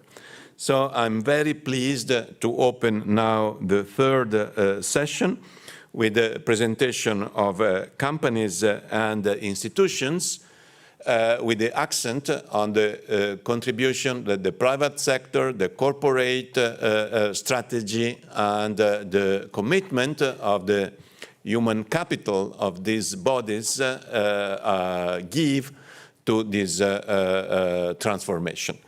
And Ugo Meucci will present one by one the speakers of this segment.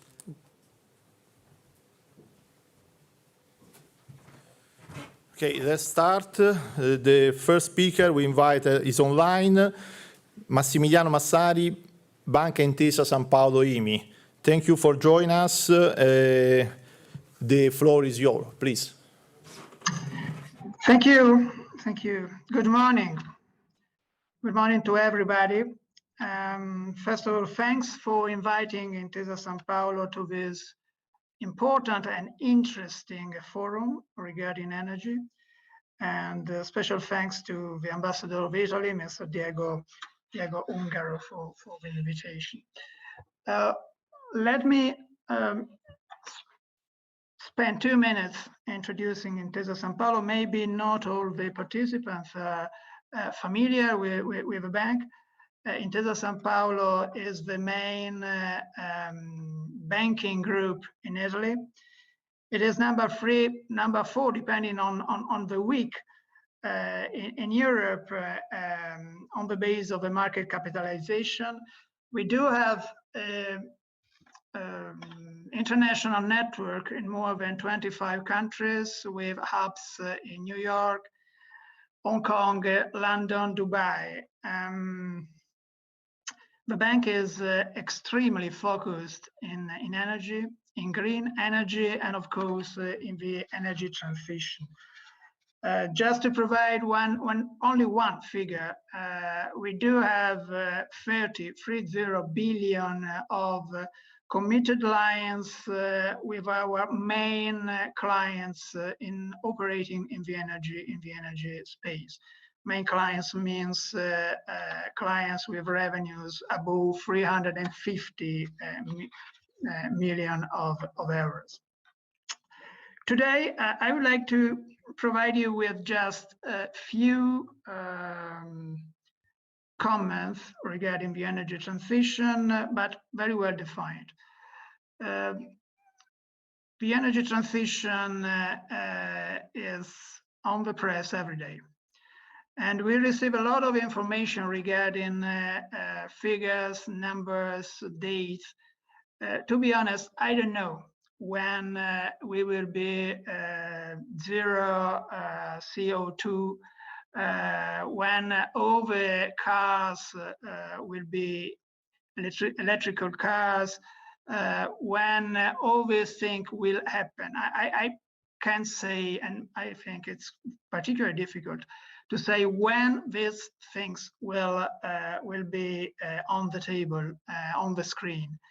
But of course, and it's definitely important, the direction is well defined. So that is going to happen. We don't know when. We don't know in 2030, 2035, what will be compulsory, what will be done, but this is the trend. And we will not change our way. I was saying that we do not have a time frame in front of us. since there are at least three main drivers which are very important but are not completely defined so far.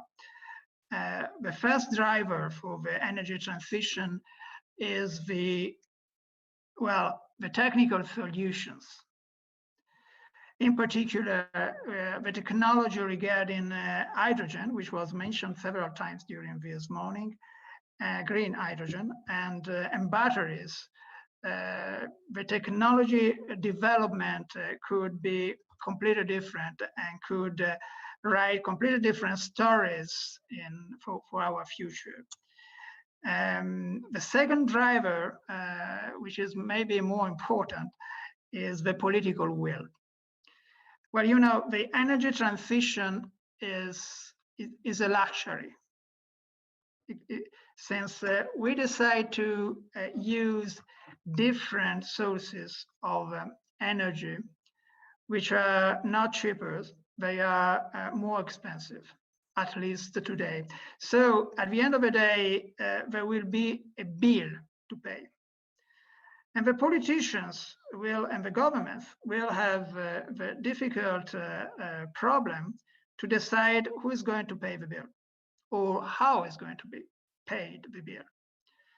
Since if you look at the forecast regarding the prices of the electricity in the next future, it is difficult to expect that the electricity will have a lower price. When I look at the invoice I received for my house, I can notice that a big part, an increasing part of the price I pay is due to the increases of the renewable assets which are used to provide me with the electricity.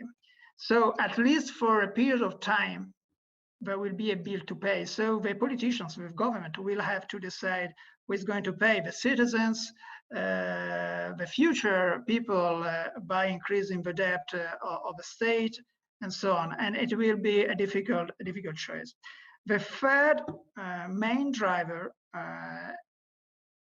is not more or less important with respect to the others, but it is the financial support. As the ambassador was mentioning 5 minutes ago, at a certain point, we will need the public support from a financial point of view, and not only from a financial point of view, even from an industrial point of view, to develop the energy transition.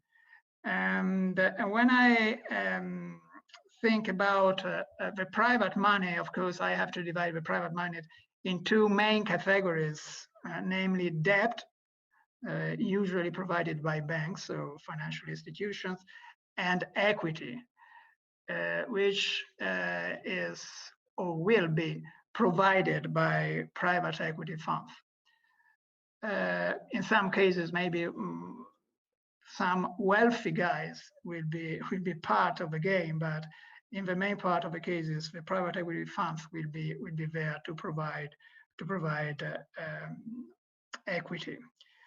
So what finance has to do with it? Well, finance has to do a lot with the energy transition, since provided that the technical solution will be discovered and be on the carpet, and the political decision will be taken with regard to who is going to pay the bill of the price of electricity.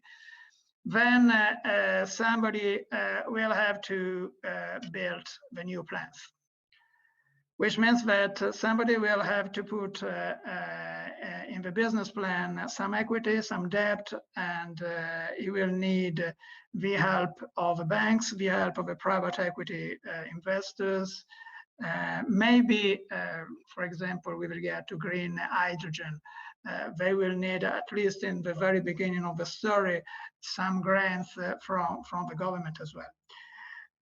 So that is, in a nutshell, what's going to happen, which are the main operators, which are the main information we need in order to have a clear picture in front of us. Last but not least, I would like to highlight what is necessary to have the debt and the equity to develop these new plans to help the energy transition to go on. Well, there are some constraints which are necessary in order to attract the debt and the equity sources. With regard to debt, just to simplify, what the banks need to be adaptable to finance new projects like green hydrogen plants or new renewable plants, offshore wind, for example, which is not an easy animal to be financed. Well, the banks need basically a few things, but they do need these things, otherwise they can't be adaptable. First of all, stable and rational regulatory framework. We always mentioned the stable regulatory framework since there have been in Europe some bad experiences which has put some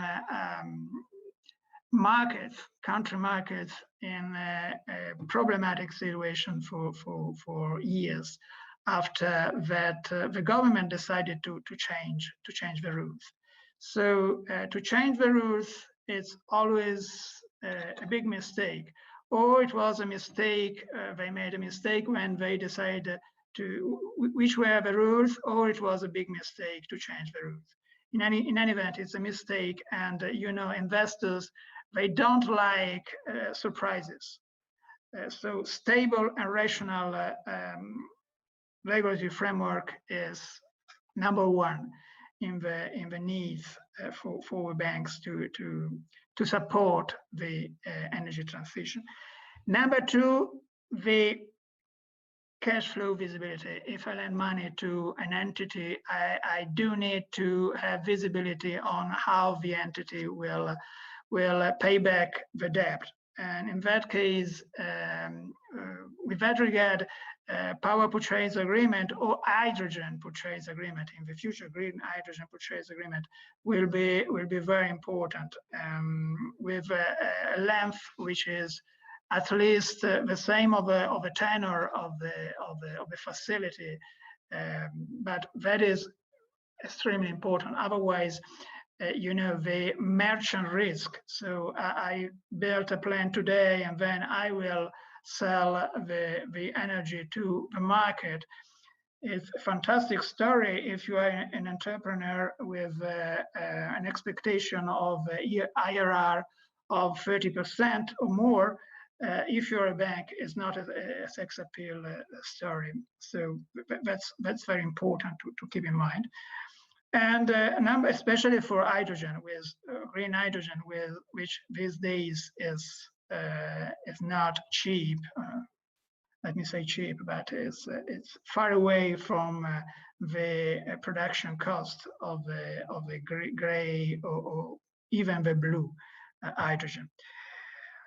The last one, of course, the banks need to have projects with, let me say, mature technology, but at least technologies which are not at the very early stage.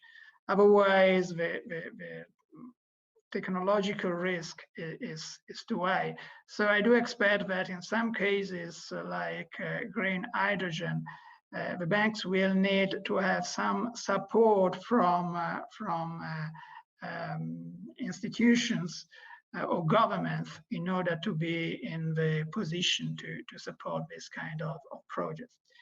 With regard to equity, and so the private equity funds, which are very important. If we look at Europe and we look at the situation 20 years ago, for example, with regard to the gas transmission, big pipes. 20 years ago, all the big pipes were owned by industrial entities. Now, if you look at the world Europe, or at least the Western Europe, the main part of the big gas transmission pipes are in the assets of this or that infrastructure fund. So we do expect that a lot of money, of private money, will come from these kind of investors, and which are the constraints, which are their needs. Of course, a stable and rational regulatory framework is something they like a lot, and they need a lot as well. Cash flow visibility, again, they don't need to see how they will receive back their money, but they have to understand which will be the dividend year after year and which will be the IRR of their investment. Otherwise, the investment committee will never provide them with green light in order to invest in these projects. And a third different, maybe they can invest in technologies which are not mature.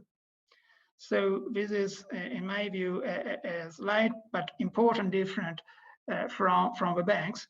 But they have another need, which is not necessarily it's a need for the banks. They don't like to run currency risk. So if a private equity fund is denominated in euro, they invest in assets which receive cash flow in euros. Just to provide you an example on the currency risk, the few private equity funds which invested in Turkey, now every day they see their assets decreasing the value due to the devaluation of the Turkish lira by 10% each 10-15 days. And that's not fun for them, of course. So in that regard, the European countries with a currency which is the euro, they do have an important strategic advantage to attract investors. And this is my last very important, I guess, message. For example, countries like Poland, with a very important energy transition forecast, since they produce by using 70% of the sources comes from coal, so they will have to change a lot the electricity market in the next decades. They do have a trouble with the currency, so they have a domestic currency. Countries in Europe which use euro, they do have an important strategic advantage. So use it. Thank you very much.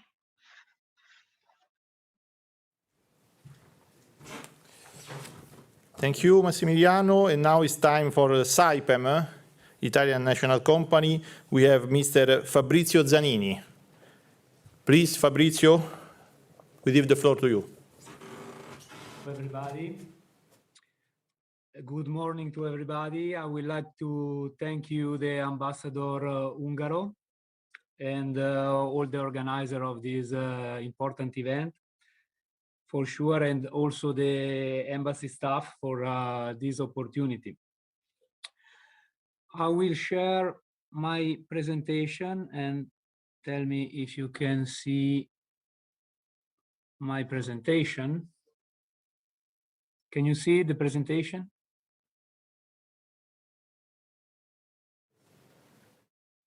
Okay. So Saipem and the renewable energies. So Saipem indeed has a lot to say about the renewable energies, but in order to save time, I will give you just some flashes of what are our capabilities in renewables and our experience what we are doing in this moment in renewable. And let's say for the ones that are interested to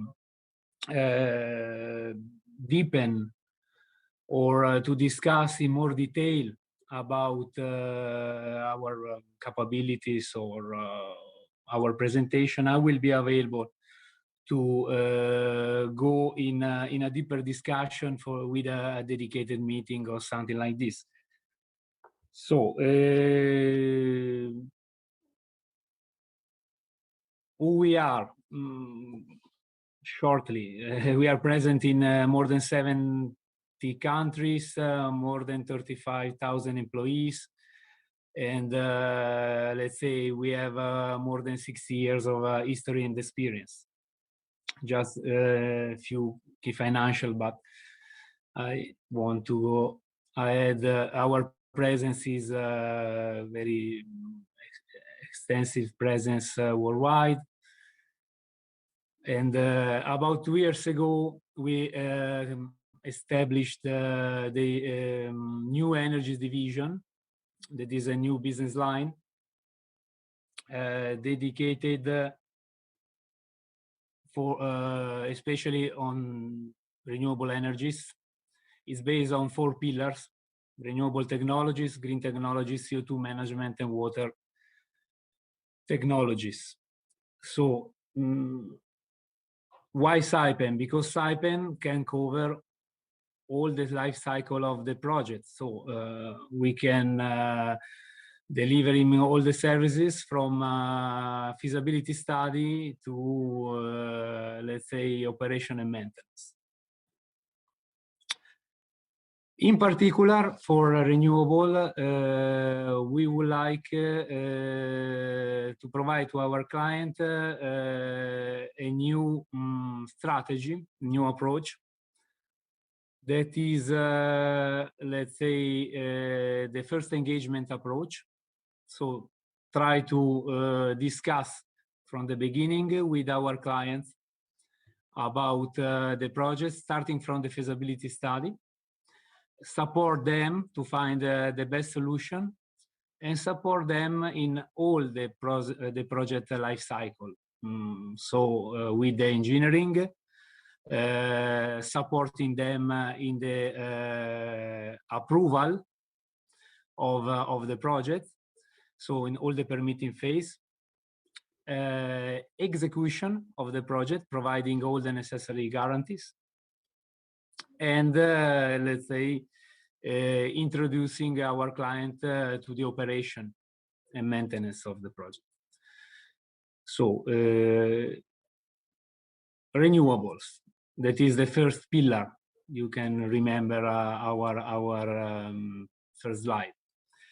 In photovoltaic, we are integrator of different technologies, in particular for traditional photovoltaic, but we can rely also in our own technology for the floating PV. We have a Saipem technology tested for the open sea in the North Sea, so that will be ready in a few months. We are now in the final stage of testing of this technology that could be applied in all the projects in open sea, so very harsh condition.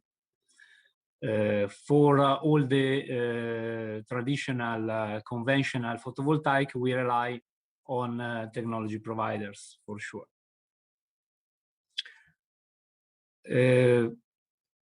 For wind, hydroelectric, we are, let's say, we can act like project developers and collaborate with different technology providers for sure.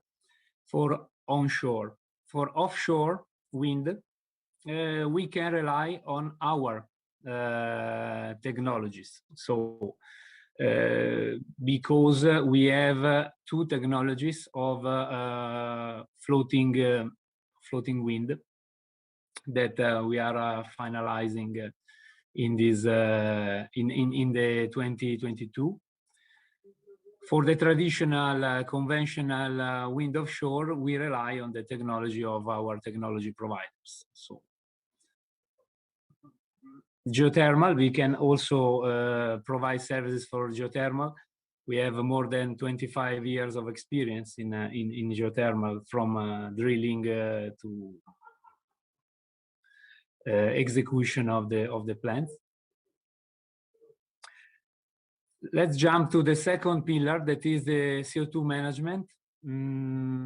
Also in the CO2 management value chain, Saipem can cover, let's say, all the full cycle of the project, due to the fact that we can rely on our drilling division, in our onshore division for the upstream, midstream, and with a lot of experience in this field, because in the CO2 value chain, first of all, we have our own technology, that is the CO2 solution technology, with which we can, let's say, provide to our client an important, let's say, technology for the post-combustion capture. We have a lot of experience in transportation due to the fact that we have a wide experience in onshore and especially offshore pipelines, more than 130,000 kilometers. Also specific for CO2. In particular, we have experience in US for design of supercritical pipelines specific for supercritical stages of CO2. We have experience in storage because in our more than 60 years of life, we built more than 7,000 wells, both onshore and offshore. And we have also experience in reutilization due to the fact that we have, let's say, a very extensive experience in ammonia and urea plants. More than 70 plants built in our life. So,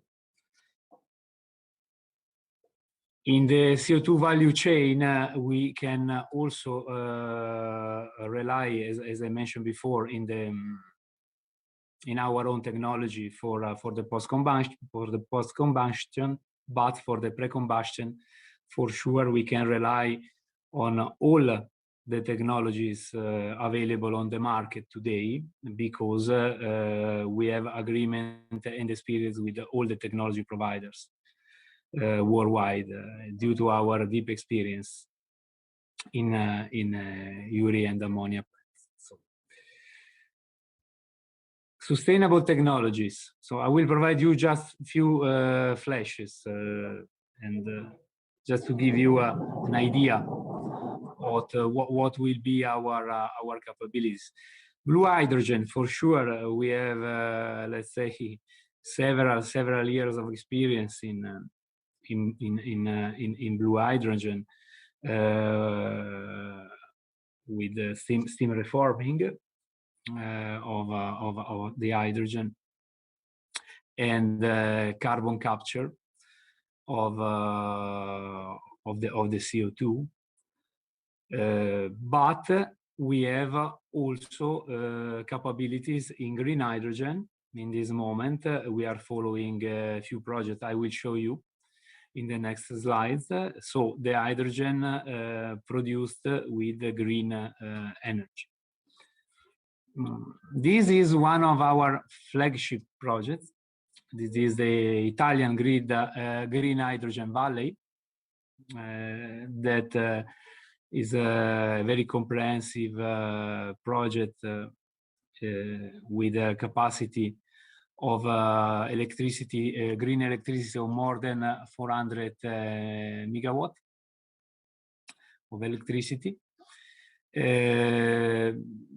We are in, we cover all the life cycle of the project. We did the feasibility stage already. We are preparing, we are under the permitting stage. And at the end of the day, we will be in charge for the execution of the plants.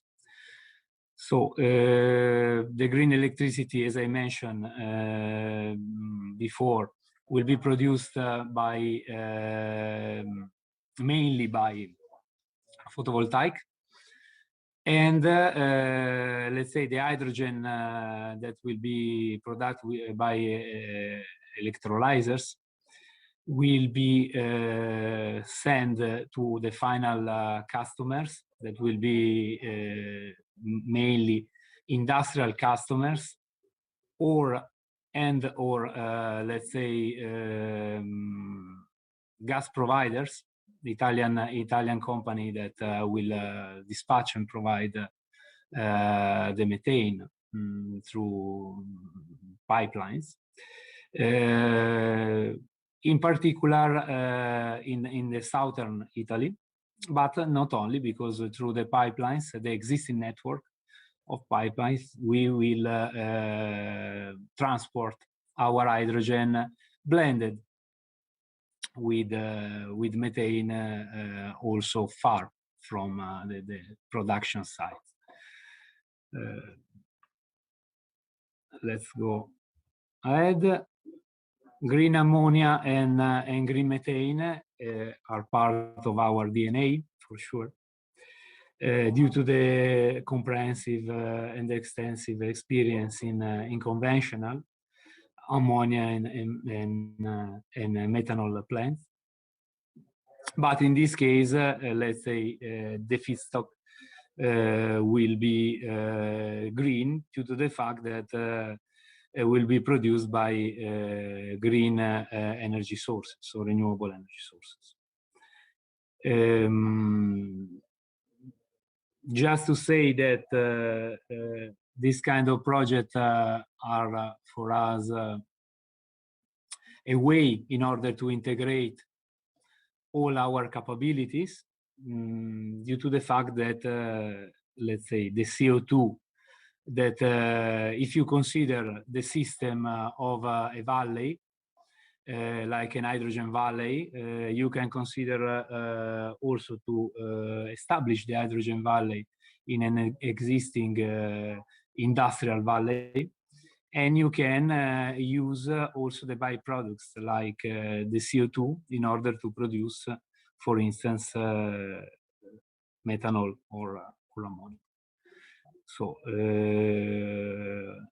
that's what I mean with hybrid solutions. So to reutilize also the CO2 captured, and not only the green hydrogen, to be green 2 times. One, to produce the feedstock with green energy, and one to avoid emission, but recirculate the CO2 within, giving second life within new chemical compounds. That is, in my opinion, very interesting example of what Saipem is doing right now. We signed a cooperation with Leonardo and Daniele. Daniele is a leader for steel production manufacturer in Italy, and we signed an agreement in order to develop a new system to,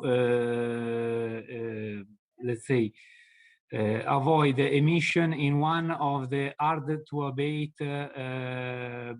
biggest field in the industry, that is the steel industry. So we will replace for sure the conventional steel production with hybrid electric arc furnaces, but also adding carbon capture and sequestration, and using as a fuel a part of green hydrogen.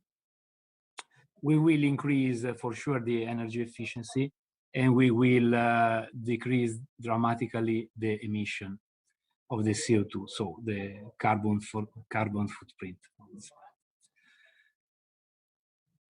About biofuels, I will be very short. We have more than 30 years of experience, because we were the first in Italy, cooperating with the Italian oil company ENI,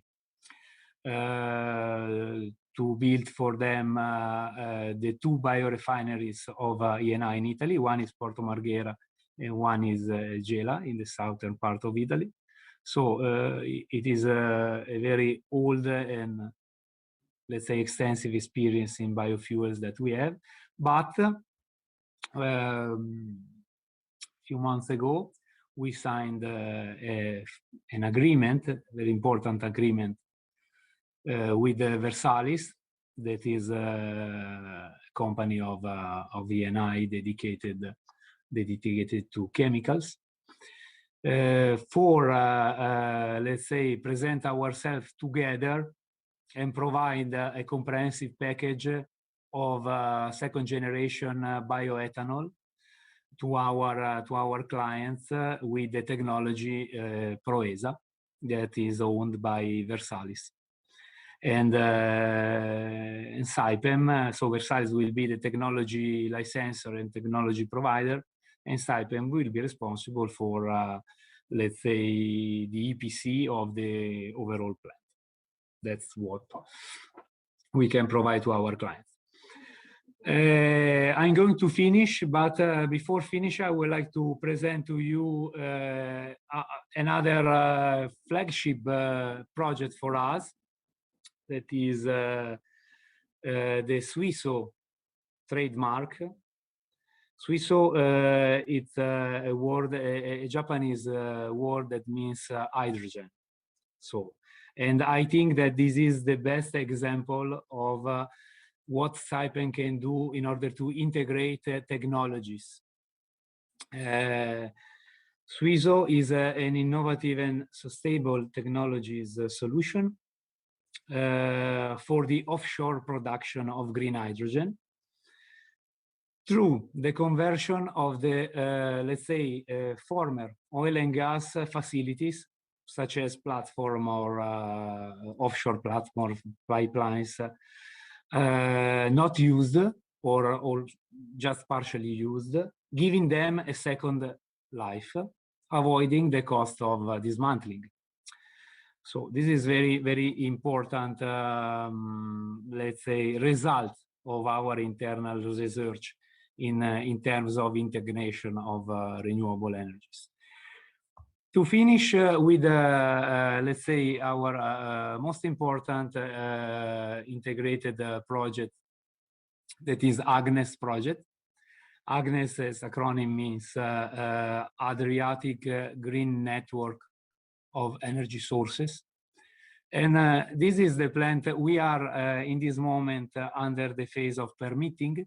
We are preparing all the documentation. A part of documentation has been submitted. Another part is under preparing in order to obtain authorization from Italian government, all the entities, to realize this very ambitious project, more than 600 megawatt of green electricity capacity, mainly from wind offshore, floating wind with our technology, but also a part will be produced with our technology of floating photovoltaic, and as a smaller part with the wave energy, in order to produce, let's say, more than 4,000 tons of hydrogen per year, and with a capacity of storage on 100 megawatt hour of total installed capacity of batteries. So this is, in this moment, our largest project, and I think that this kind of project can be exported everywhere. Wherever is available, let's say, wind and solar energy, we can export this project. So, and we are ready to discuss also with Lithuanian potential customers that are interested in this project and in all the projects that we already presented to you, from let's say green ammonia to green hydrogen and so on. So to close my intervention, once again, thanks everybody for your attention, and I can say that Saipem is fully ready and available to be the partner of choice of our clients in this challenging but very, very important energy transition. Thanks to everybody. Thank you, Mr. Fabrizio. We are a little bit in delay, so let me invite all the speakers to please stay in the time of 10 minutes in your presentation. Thank you. Now it's time of Rina, Andrea Sciacchitano. Andrea, please.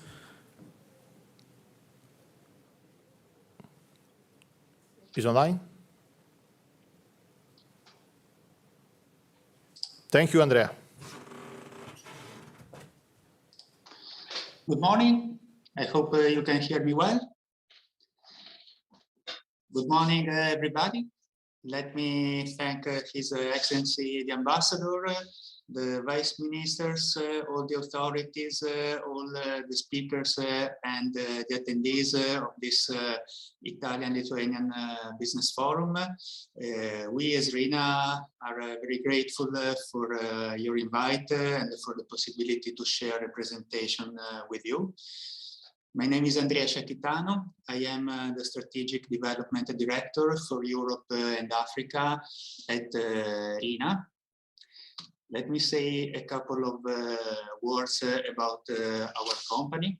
Our company is a multinational company headquartered in Italy, in Genoa. And we deal with engineering, consulting, testing, inspection, certification, and ship classification. We have a history of 160 years since we have been established as the Italian Register for Shipping Classification, but now our business is very much differentiated, as I said.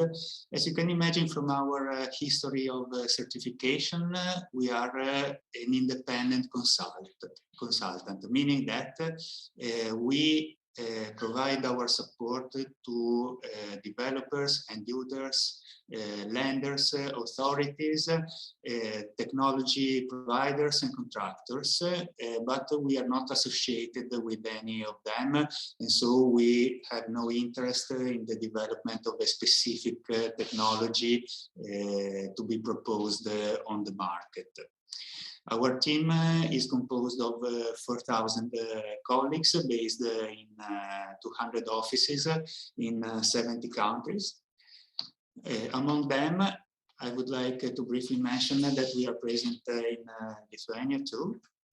And we are located in Klaipėda, and we are dealing in Lithuania for the time being with our marine services for ships in service. We have been present for 12 years and we are recognized by the local authorities for transport safety. But let's come now to the subject of this meeting, which is renewable energy and let me say more generally the decarbonization. And perfectly in line with the other speakers before, I would like to highlight the need for a holistic approach to this subject. Actually, we have all in mind the production of green energy only through the renewable sources. Here in this hypothetical master plan, we have mentioned the wind and solar, but of course we know there are other ones. Unfortunately, as already said by the other speakers, it is extremely challenging to be quick in the fast implementation of this renewable energy production. And for this reason, it is necessary to use all the tools we have in our hands to accelerate the decarbonization effort. And to do so, we have to check all the supply chain, and we have to act on the complete supply chain to achieve our goals. And so that's why, first of all, we would like to focus on hydrogen, and let me say hydrogen and ammonia as energy vectors. Hydrogen can be produced as green hydrogen from renewable energies sources, but of course can be produced also by the technology of steam reforming and carbon capture in what we call the blue hydrogen.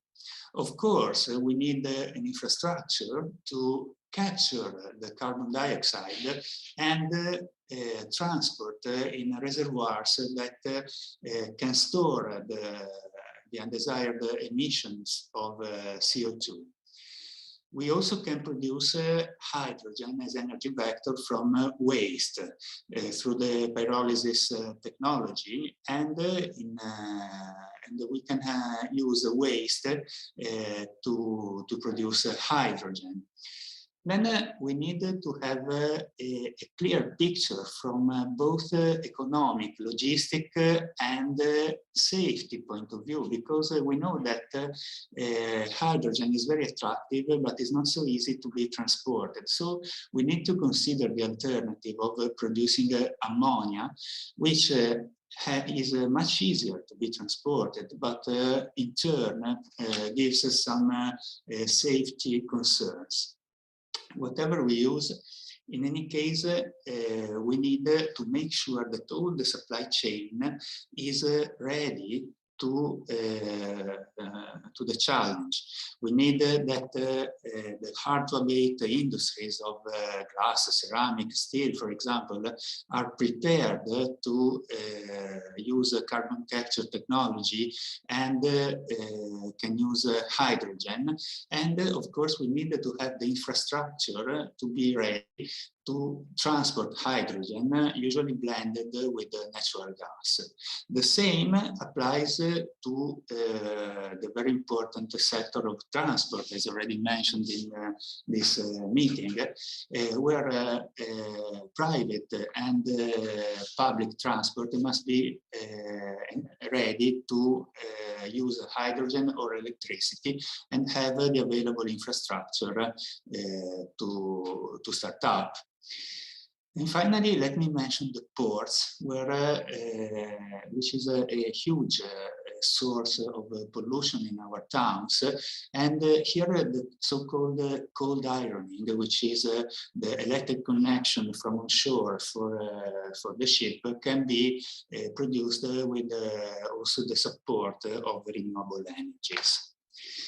So as we can see, we have to give our competence to the complete supply chain, from the production of the electricity to the transmission network and distribution, and to the end user, and provide the necessary technologies and consulting in order to have the preparedness for this new challenge.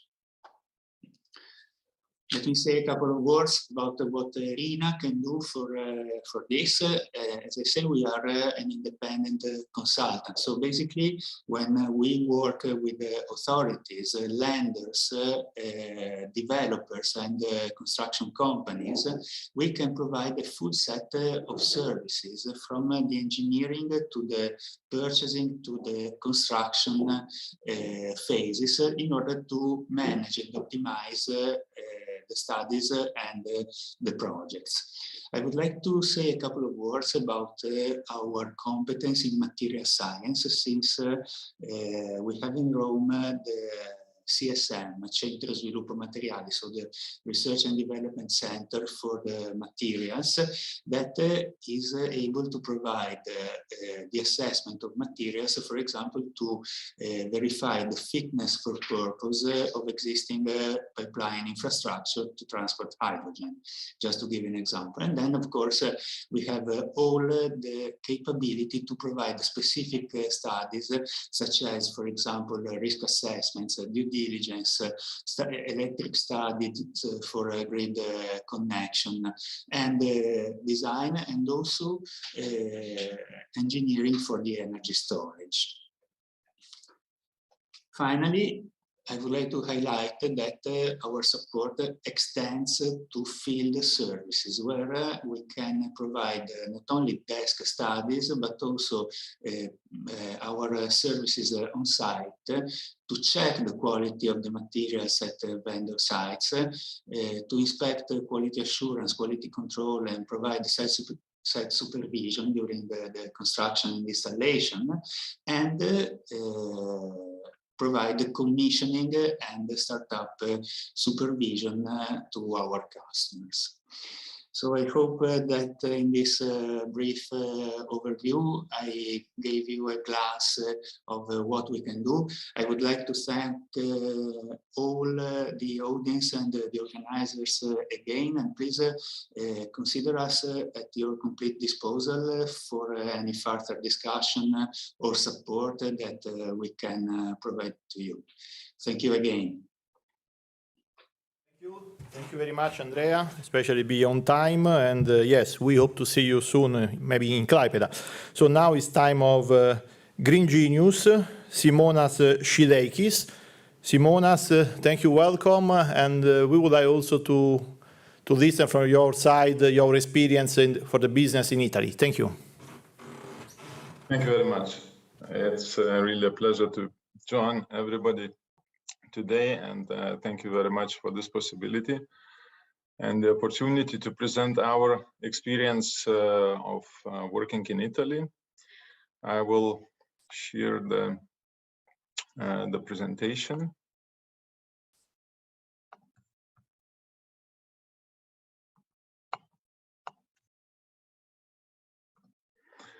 And we'll shortly try to introduce our company. The Green Genius is the renewable energy company, and we belong to the privately owned group of companies, Modus, which is focusing on three major areas of activities. That's an automotive, it's the renewable energies, where Green Genius, which I am representing, is active, and the mobility services. So in the automotive business, I can tell that Modus Group is for already a long time is in a good cooperation with Italy, with Italian producers of cars like Fiat and Maserati. We are representing those brands here in Baltic states. On renewable energy area, we as a Green Genius operate in four technologies. That's a solar PV, the biogas, wind technology, and recently added, of course, the focus on the hydrogen area. The mobility service is known as under the brands of CityB and MyB, and that's the first car sharing service in the Baltic states, which again is the aim to reduce the number of private cars on our streets in such a way to reduce the pollution and the CO2 emission. I am representing Green Genius, and I am the head of the solar PV business of our company. Some major facts about us, as I mentioned, that's the four business lines. solar PV, biogas, wind, and hydrogen. We have an operation, or we do operate in 8 countries over European continent. The so far installed capacity or constructed assets exceeding 220 megawatts in all the countries. However, the pipeline of ours is bigger than 1.5 gigawatt at the moment. That includes the several countries we do operate. Over the past years, we have invested almost €500 million into this business line. And yet the plans for the Italian operations of ours is, of course, rather big ones, because Italy is one of the major and most important countries for us in our portfolio, where do operate and focus, especially with the solar PV technology. And we have entered Italy in 2017, and since then have been able to develop and grow the portfolio of the solar PV projects of more than 700 megawatts capacity. In the coming 4 years, this will result in the investment into the assets of over €500 million. And we are really happy about this possibility to contribute to the Italian fight for the climate neutrality in the energy generation field.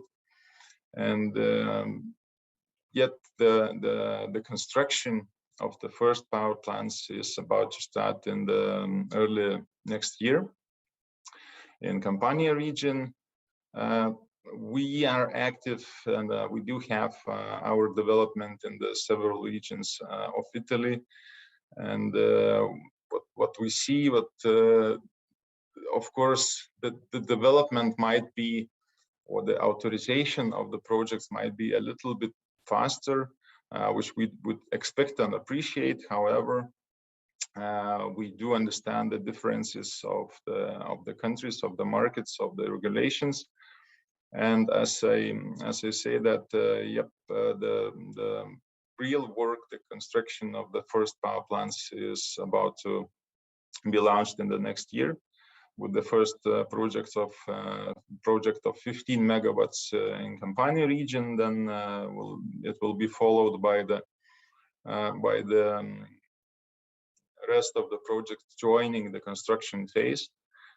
We do estimate that we will launch the works for almost 250 megawatts of the solar PV projects already in the next year. I would like to shortly share our experience, our lessons, which we have learned while working in Italy for the past years. Is that yes, the development procedure, the development process from the point of view of the authorization specifics in Italy, it's a little bit slower than, for example, what we experience in Poland and Lithuania, because the first project which I have mentioned, we are about to start constructing next year. We have launched almost 3 years ago, meaning that we have found the land and signed the agreement with the landowner. And in November, in just last month, we have received the construction permit already.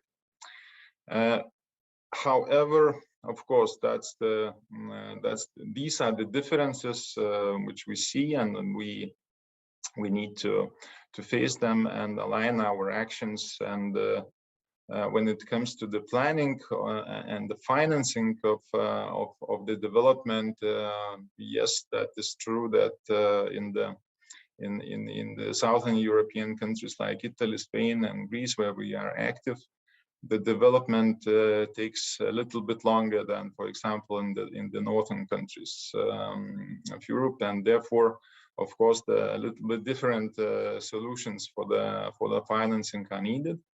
However, we are very successful in cooperating with the financing institutions and banks to support our activities in the fight for the cleaner future of ours.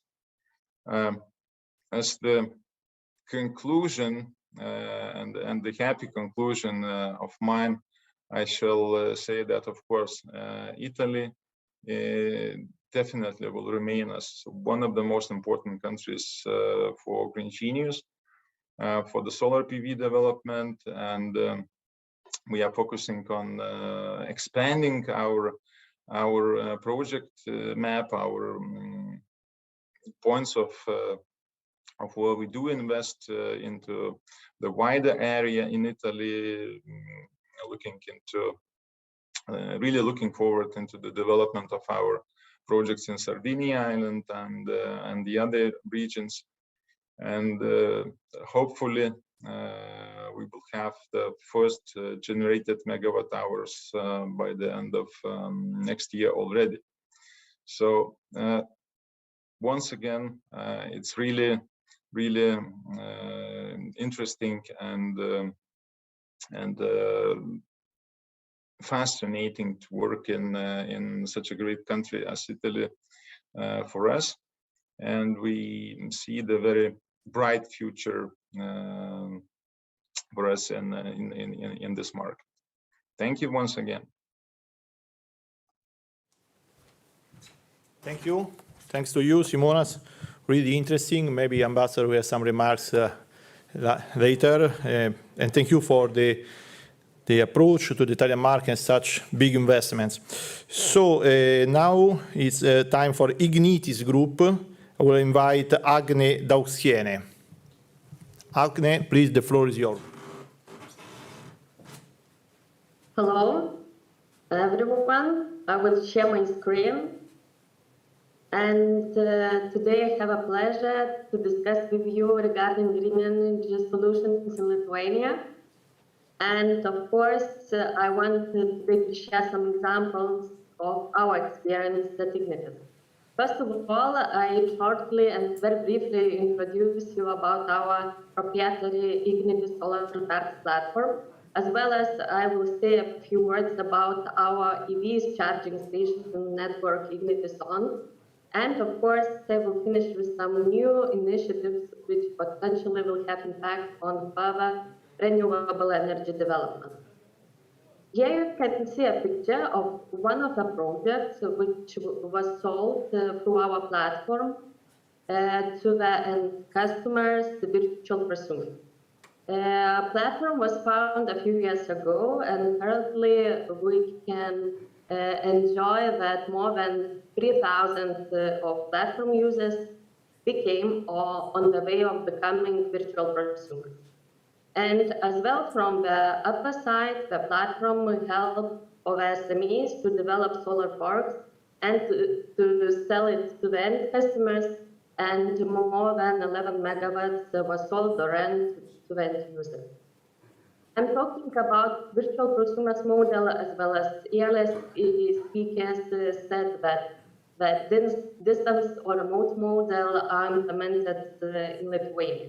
And it's quite unique as end user, by signing buy-sell or rent agreement, in simple way could become virtual prosumer and generate the electricity from remote solar park for him or her needs. And currently in Lithuania, we count more than 30,000 prosumers. And the trend is that virtual prosumers number is growing more significantly. And I believe that in the next years, we will see that the most popular model in the market will be of virtual prosumers. Taking a look, more deeper look to our platform, Ignitis Solar Parks platform, we can be proud that our platform have a quite significant impact on the market, and approximately 17% of total prosumers number came to the market using our platform. And this is a good example that simple digital solution can help to attract citizens to participate in energy transition. And about future, what we can say that currently we have double targets. First of all, we shall grow our installed capacity of solar up to 1 gigawatt. Currently 270 megawatts are installed in Lithuania, so this goal is pretty ambitious. And we shall grow not only by the numbers of megawatts or gigawatts, but also in the numbers of prosumers. And the Lithuanians' long-term vision, prosumers' number shall grow significantly. By 2030, 1/3 of total end users number shall be prosumers, and even more by 2050, about half of total end users shall become prosumers. So in the coming decades, we will see a significant shift from current situation to more greener one. Another example is regarding mobility. Here you also see the picture of Ignitis own EV charging station network. You can see the locations in Vilnius, mostly in Vilnius city. What we see from our network data, two trends. First of all, the consumption is growing on a yearly basis, as well as we see that this year we see that the numbers are growing month to month. So it also signals that the demand for such type of services is growing, and also we will see that the infrastructure will also develop quite fast in Lithuania. A bit about numbers and statistics. Here you can see the picture, the graph, how EVs are growing in Lithuania. And in the past years, we see quite significant growth in the numbers, and Lithuanians mostly like Nissan, Tesla, and Volkswagen brands. But despite the significant growth of EVs, we can see that today only less than 1% of total registered cars in Lithuania are electric. And according to political power as well as political framework, alternative fuel law milestones, we see that the very important milestones shall be achieved up to 10 years first. And by 2030, 1/5 of total registered cars shall be EVs. And of course, what we see also in the market, but that a lot of investments in the infrastructure are located, as well as the politicians, our government who work with subsidies schemes, and currently we see that our EVs market will be forced to develop. And of course, the public sector, the public transportation will develop as well. According to new initiatives, of course, it worth to be mentioned what currently renewable energy communities in Lithuania are on the table. And currently, I'm also participating in working group who develop this model to be more attractive in the market. And I believe that by changing renewable energy communities model and combining virtual prosumers model with this model, we can achieve that wind generation will be affordable for the retail customers, for the end users, as well as municipalities could use this model for the green strategies implementation, as well as by attracting socially vulnerable persons to participate in energy transition. Another example regarding initiatives is, of course, apartment buildings. As you saw that in the Lithuanian long-term strategy on prosumers, the number shall develop very significantly. So without the attraction of apartment building to achieve this number is quite difficult. And under Ignitis innovation team research, we analyzed that in the biggest cities, more than 17,000 of apartment buildings could be used for the solar installation. And by using the roof of apartment buildings, we can achieve several goals to attract apartment building residents to participate in energy transition, as well as to increase the install capacity of solar. And in conclusion, I would like to say that the regulations, subsidies, and electricity prices are the main key drivers which force us to develop the renewable energy market significantly. And in midterm, subsidies plays an important role, and under current situation, approximately 300 of millions of support will be delivered in a 5 years perspective for businesses and individuals.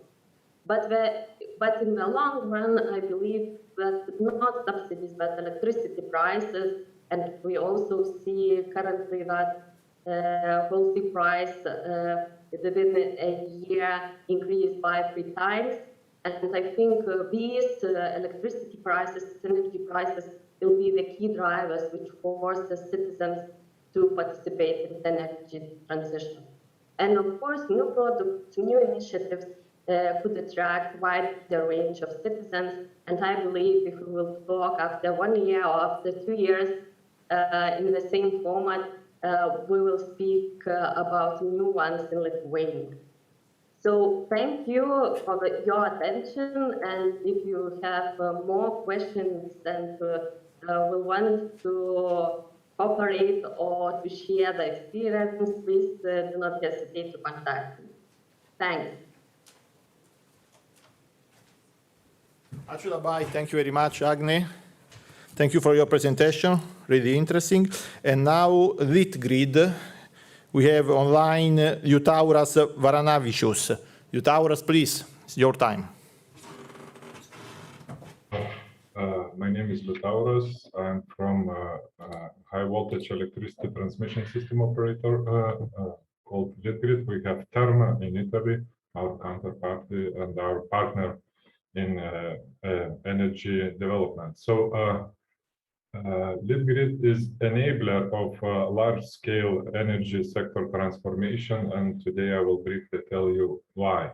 So first of all, we do a huge mega project, historical change for 3 Baltic states, because due to the Soviet electricity centralized development, we are still integrated into so-called Brel ring. So we have to disconnect electrically from Russia and Belarus by 2025, and jointly together with our partners in Latvia and Estonia, connect through Poland to continental Europe.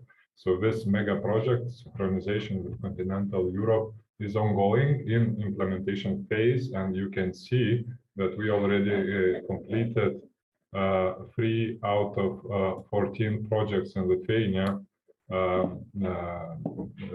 in synchronization program. Major investments in synchronization are the following. First of all, synchronous condensers, 3 pieces in Lithuania, more than 100 million. And Harmony Link, it's a DC cable from Lithuania to Poland to be constructed up to 700 million euros of investment. So, of course, we seek for reliable partners to ensure implementation of this mega project. Synchronization is important. However, synchronization is an enabler of renewable future. Let me explain you why.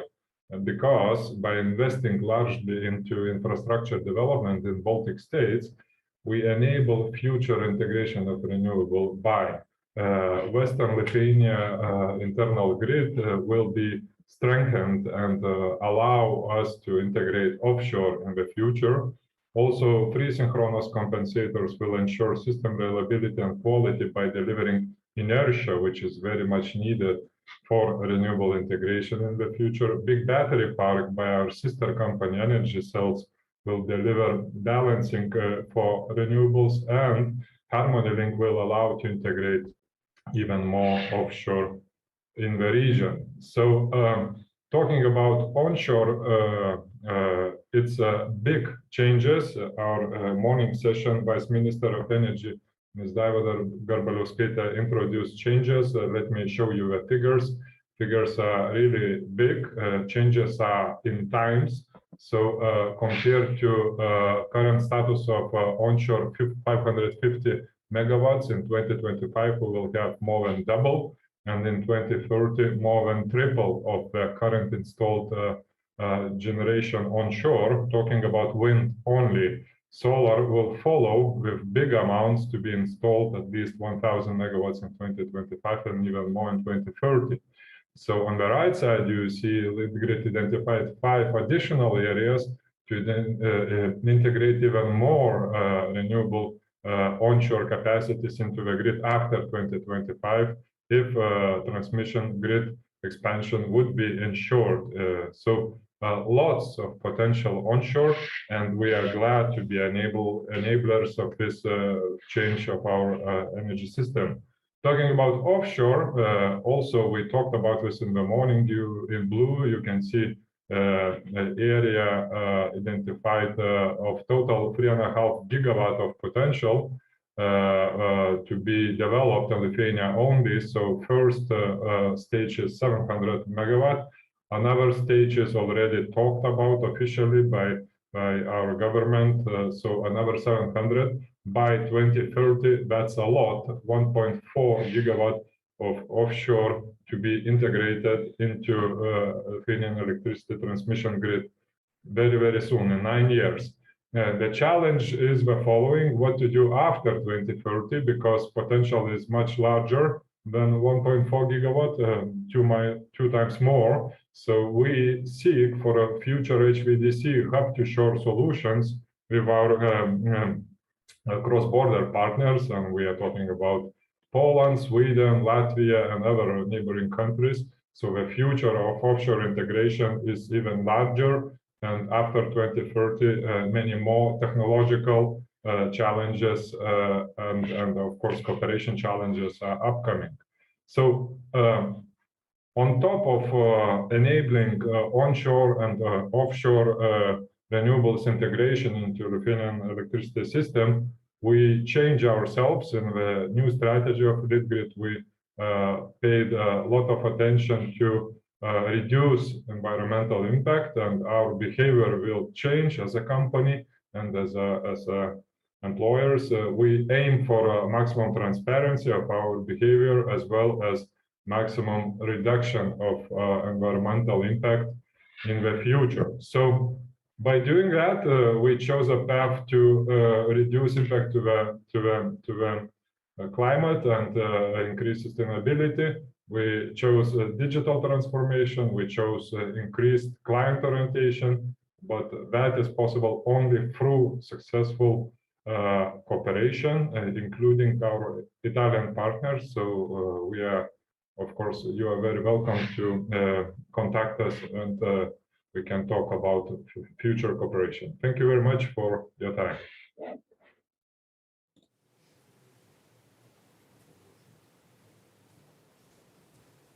Thank you very much. Thank you very much, Liutauras. Sure, we'll keep in touch. And now it's time for Marzotto Group. Please, Shell Bertazza.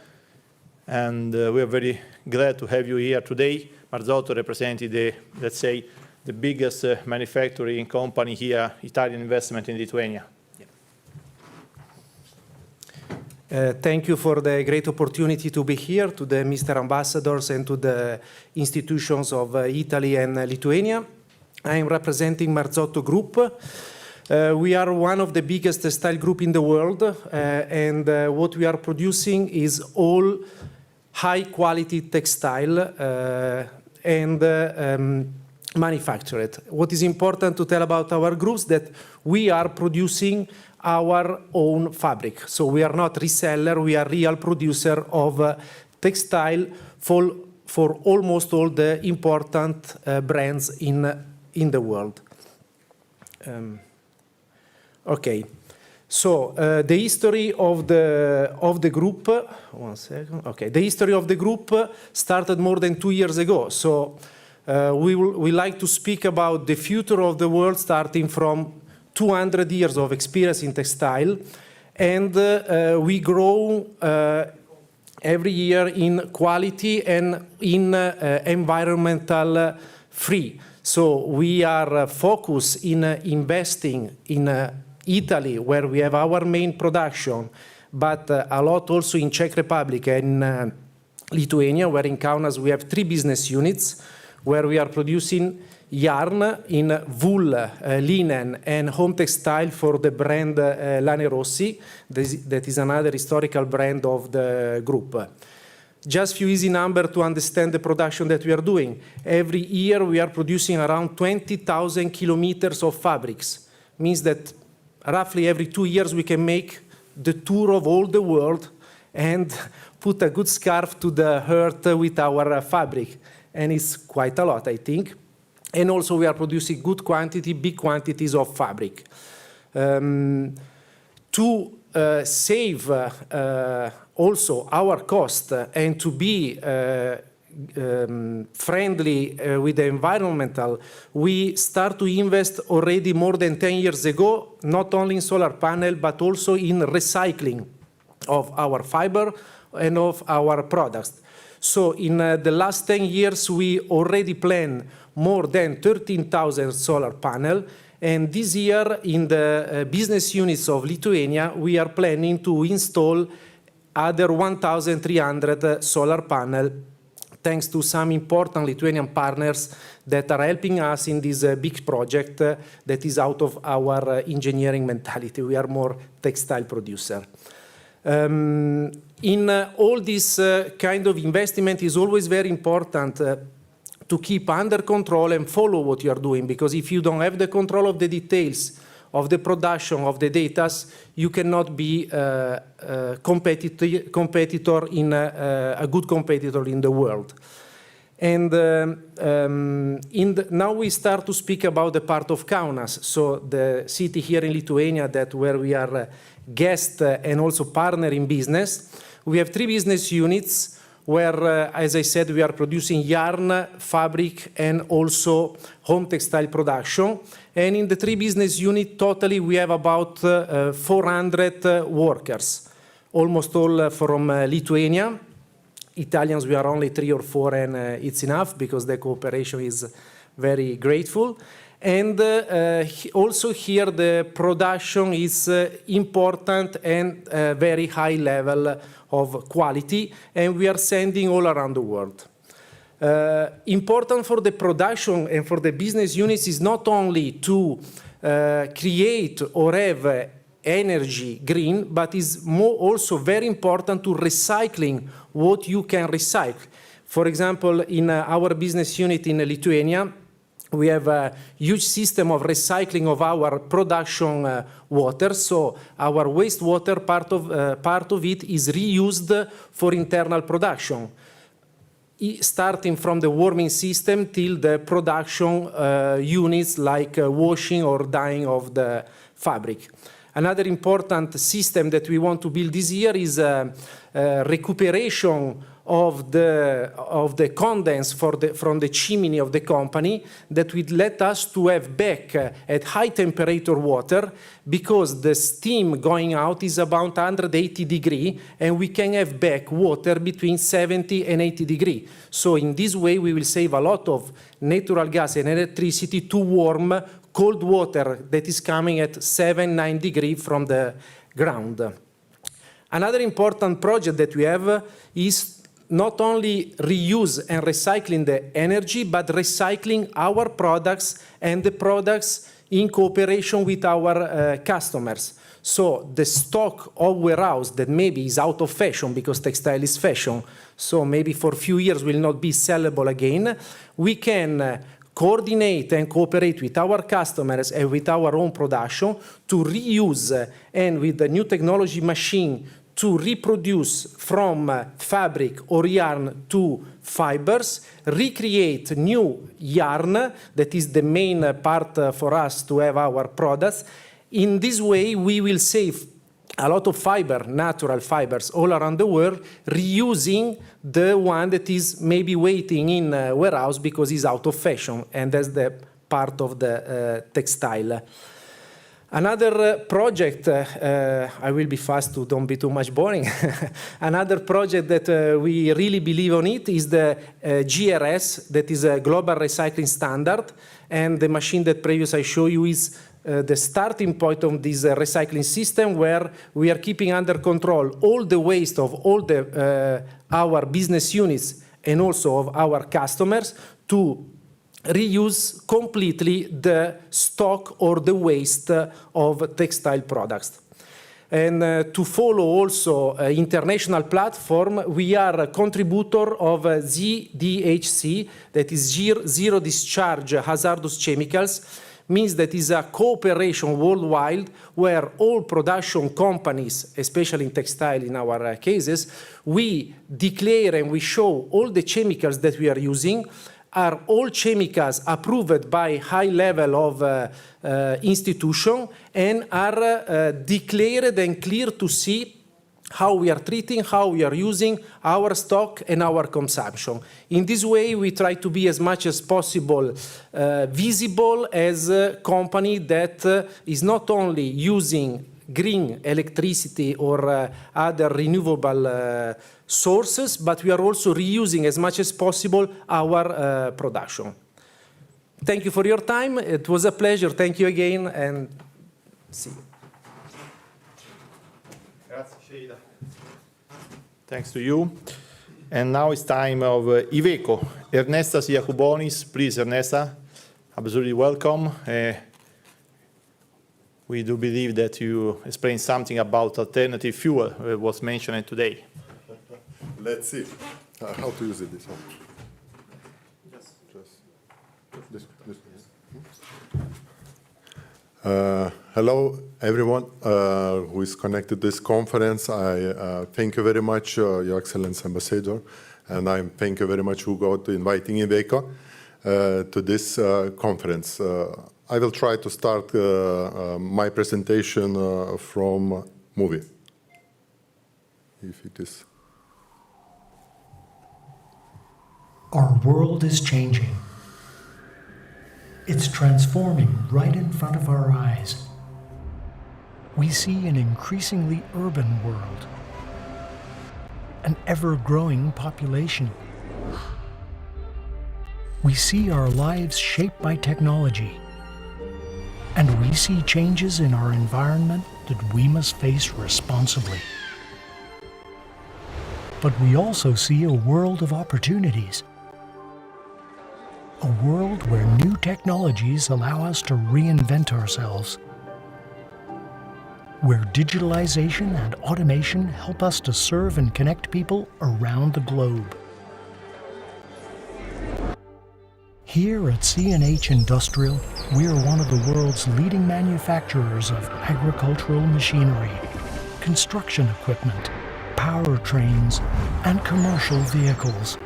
And we see a world where our industry-leading innovations enable us to develop groundbreaking technical solutions, solutions that help to make lives more efficient, more sustainable, more productive, and safer. Yes, our world is changing, but we are helping to transform it for the better. For today, tomorrow, and generations to come.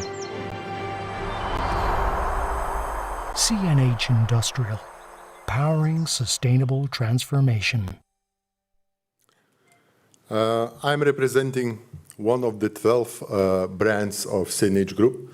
Actually, I cannot see if my screen is changing. And it's changing or I'm pressing wrong button. Now start to move. This one. Okay. So I'm representing CNH Group, in which one of the brand Iveco from 12 brands in CNH Group, which is owning 66 factories and working 64,000 of people in the company and group. And today I would like to not sell Iveco, but I would like to discuss about the energy, about technology. This is the main, and I really appreciating such communication, because this bridge, which one we need to find out in negotiations, discussions, researches and developments we have to make in the nearest future. And if, I will change the slide, if we see targets or EU path for 2050, transport is playing a really big role in the decreasement of decarbonization of pollutions. And in this, let's say, today negotiations, I don't want to discuss about technology that I'm against, about electric technology, I'm supporting only gas, or I'm against of hydrogen. All energies what are available will follow and lead and will give to us continuity to develop technologies. So energy, it is in principle a very important part. Our aim today and transport in EU pollutions consisting 21%, which is heavy duty, the most difficult part of the transport, polluting about 6% of total CO2 emissions. So many negotiations we haven't in the past 5 or 10 years, and we can see progress is very little. Some participants showed that we have just a beginning.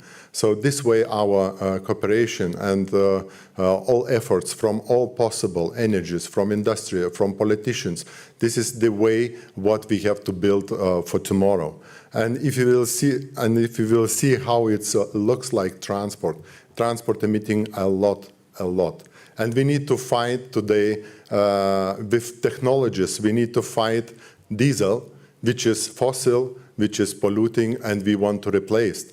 And we need to be as good as diesel in terms of total cost of ownership.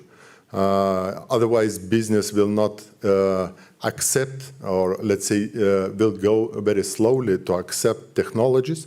We have to reduce, of course, CO2 emission with new technologies and alternative energy.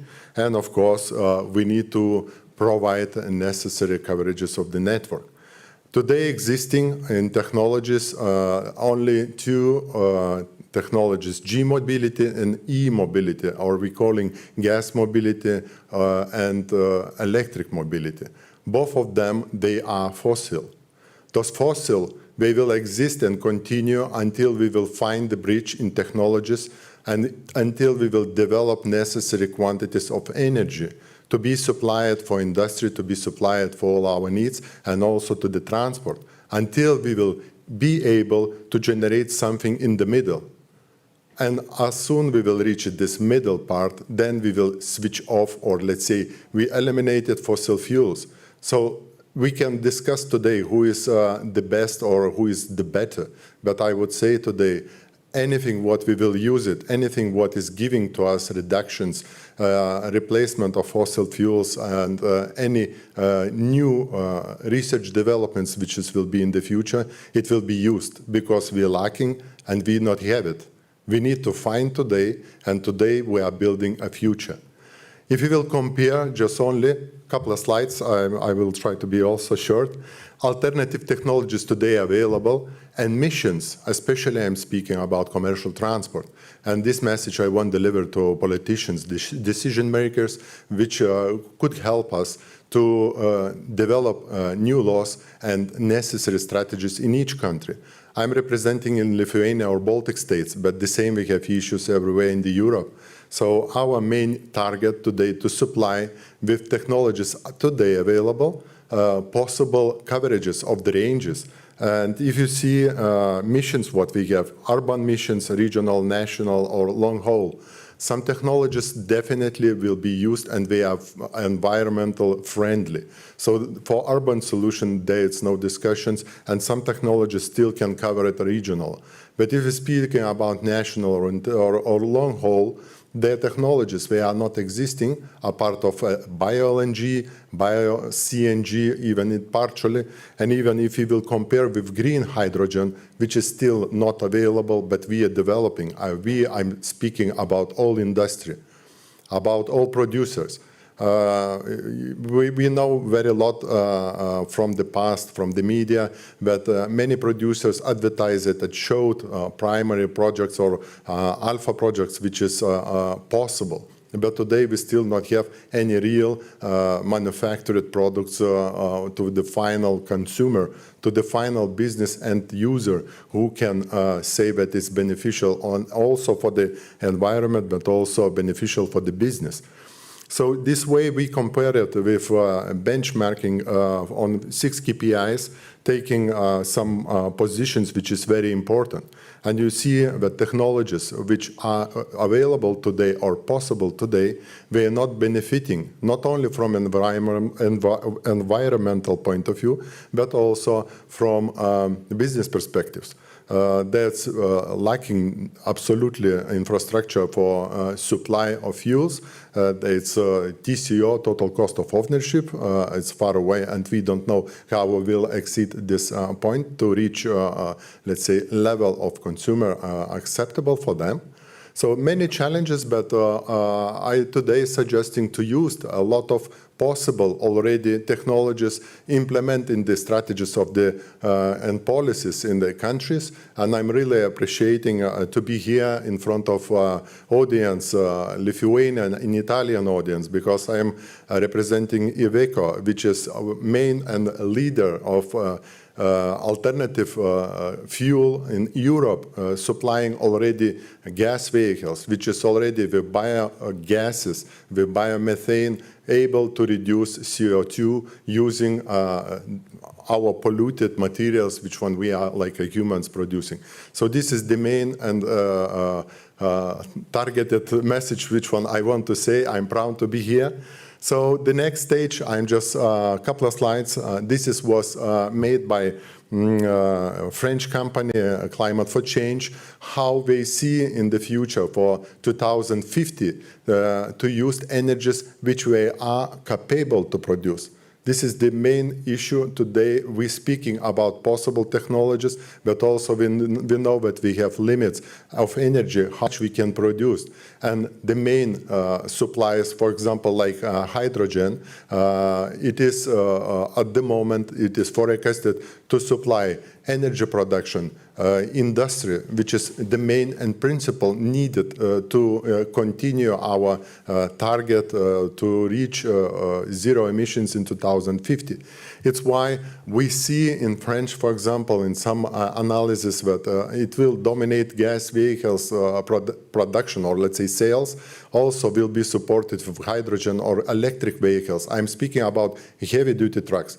I'm not speaking about some light commercial vehicles, which could be electric, and this is no discussions. For urban purposes, we can cover, and this technology will work very well as we're speaking about private cars. But we have, like industry today, we have difficulty to supply technology which is replacing long haulage. Heavy-duty transport, and this analysis, it shows possibility to continue already deliver decreasements of CO2 pollutions by our new targets, which one we are challenging today. And of course, we want to show that we are ready to supply, and we are already supplying products.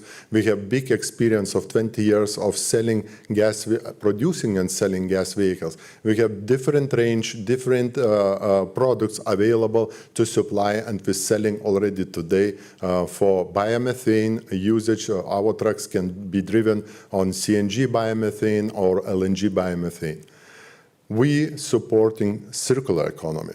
Circular economy is a special message, what I want to say, not for Italian public, because I know a little bit from inside how many projects already developed in Italy, but this is very important for Lithuania, because we have to have knowledge and experience from different countries, which is already shows good examples how we can help increase revenues for the farmers. We can create our circular economy and transfer to real waste recycling and to use well as an energy. So our project, what we want to show in this slide, this is the way how we see the circular economy. And with gases, biomethane, today it's clear that we can reduce already pollution and emission. So this is the most important message I want to say. Today, no one of technologies is still strong, and we need to strengthen them. We need to develop, and we're working very hard to deliver this for the people who must change it. And we know how it's difficult to change the people, to change mentality. But it is, this is our job, and I'm really, really sure that we will do it, because we already doing this today. So from my side, last slide, what I want to show, we have nice products, Iveco, this is marketing, and the next is thank you very much, because time is short. I have plenty of slides I can discuss about this subject. We have a lot of different, how to say, conversations and discussions, and I'm pleased to welcome you again, and thank you very much for your attention. Thank you very much.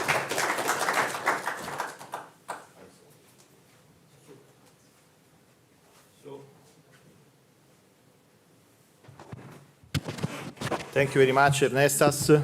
Really interesting experience, and thank you for sharing the knowledge of Iveco and the vision of your vision for the mobility in the future. So now we are going to the conclusion, and let me thank you, all our partners, our technicians, the translator, all the people that support this idea of a forum, and please, Ambassador, if you can help us to have some conclusion about these really interesting meetings and speech that we have today. Thank you, Ugo. I think that this process that the Business Forum has confirmed is a positive one. Remember that I started mentioning the work of the Energy Council tomorrow in Brussels, and I do see a very strict coordination between the main point of decision-making that we have in Europe, which is in Brussels, the Energy Council, and the activity that two member states, as Italy and Lithuania, can envisage and hopefully implement on the base of a not easy task of synchronize the technology development. And today we had many references to what is the research going on, particularly on hydrogen and the transition from blue to green hydrogen, but also on the biomethane biomethane for long hauling, and I thank very much this presentation, the final one of Iveco, which gives the idea of how cost-effective ratio must be always considered, because at the end of the day, from the bill, the electricity bill for the consumer, to the cost to manage a logistic company, which is so important in Lithuania, you have to consider the cost of the solutions. And on energy, I would say in general, there is no one solution that fits for all. So we have to consider intermediary steps on different aspects, like the transition. Still, we have coal generated electricity and power in Europe that we have to abandon as quick as possible. And we have the debate about the nuclear energy on the other end of the spectrum. And in between, we have to discuss all the different solutions according to the principle of cost effectiveness. And now, very shortly, I will try to remind that the two vice ministers on energy and transport briefly, but in a very concise way, described the effort that the government of Lithuania is implementing on answering to the recommendations of the Commission. I think that in few countries, the dialogue between a government and the Commission is present as here in Lithuania. And this is very positive, because the task force that has been established in Brussels to define the national recovery plans was working every day in contact with the different ministries, the different ministries of Lithuania, and this is a kind of example for the other member states. And particularly the transport sector, as it has been recalled today, is the one that has to go faster. The number of polluting cars, of old cars, private cars, even public buses, which are obsolete, is quite relevant. So the effort to renew the fleet, to reduce the emissions, and to go faster is a priority for Lithuania. And, well, of course, Iveco is ready to contribute to these solutions, but not only. European Union is a market, and there are other car and vehicles, heavy vehicles producers, but I'm very proud to remember the day I was testing the full electrical 500 Fiat here in Vilnius, and as one competitor, Fiat and Iveco are providing their solutions to these kind of problems. I want to thank also the Marzotto Group representative, because this is an example of how plans that have been established in Lithuania in the 90s are renovating and reconsidering under the energy point of view their standing. And I think that those are valuable efforts to reduce the waste, intelligent reuse, circular economy.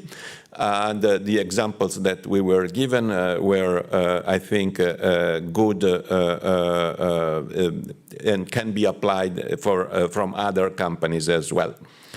Coming quickly through the intervention, I think that Ignitis Group and Litgrid are the implementers of the strategies of the ministries. So we saw how the number of electrical vehicles, of these refueling points are supposed to increase quickly in Lithuania, and the perspective to increase electrical cars and light vehicles is a very concrete one. I'm grateful to Green Genius for the use of their skills to increase the electrical and power production in Italy, and this is I mean, the reciprocal trend of investing in several regions in Italy, and I'm impressed by the numbers that we heard about this commitment.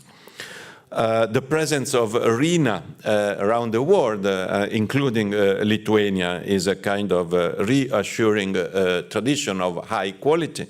I think that RINA is certified as a provider of services in so many countries because of the credibility of their effort, and the support that can provide in this revolution is remarkable.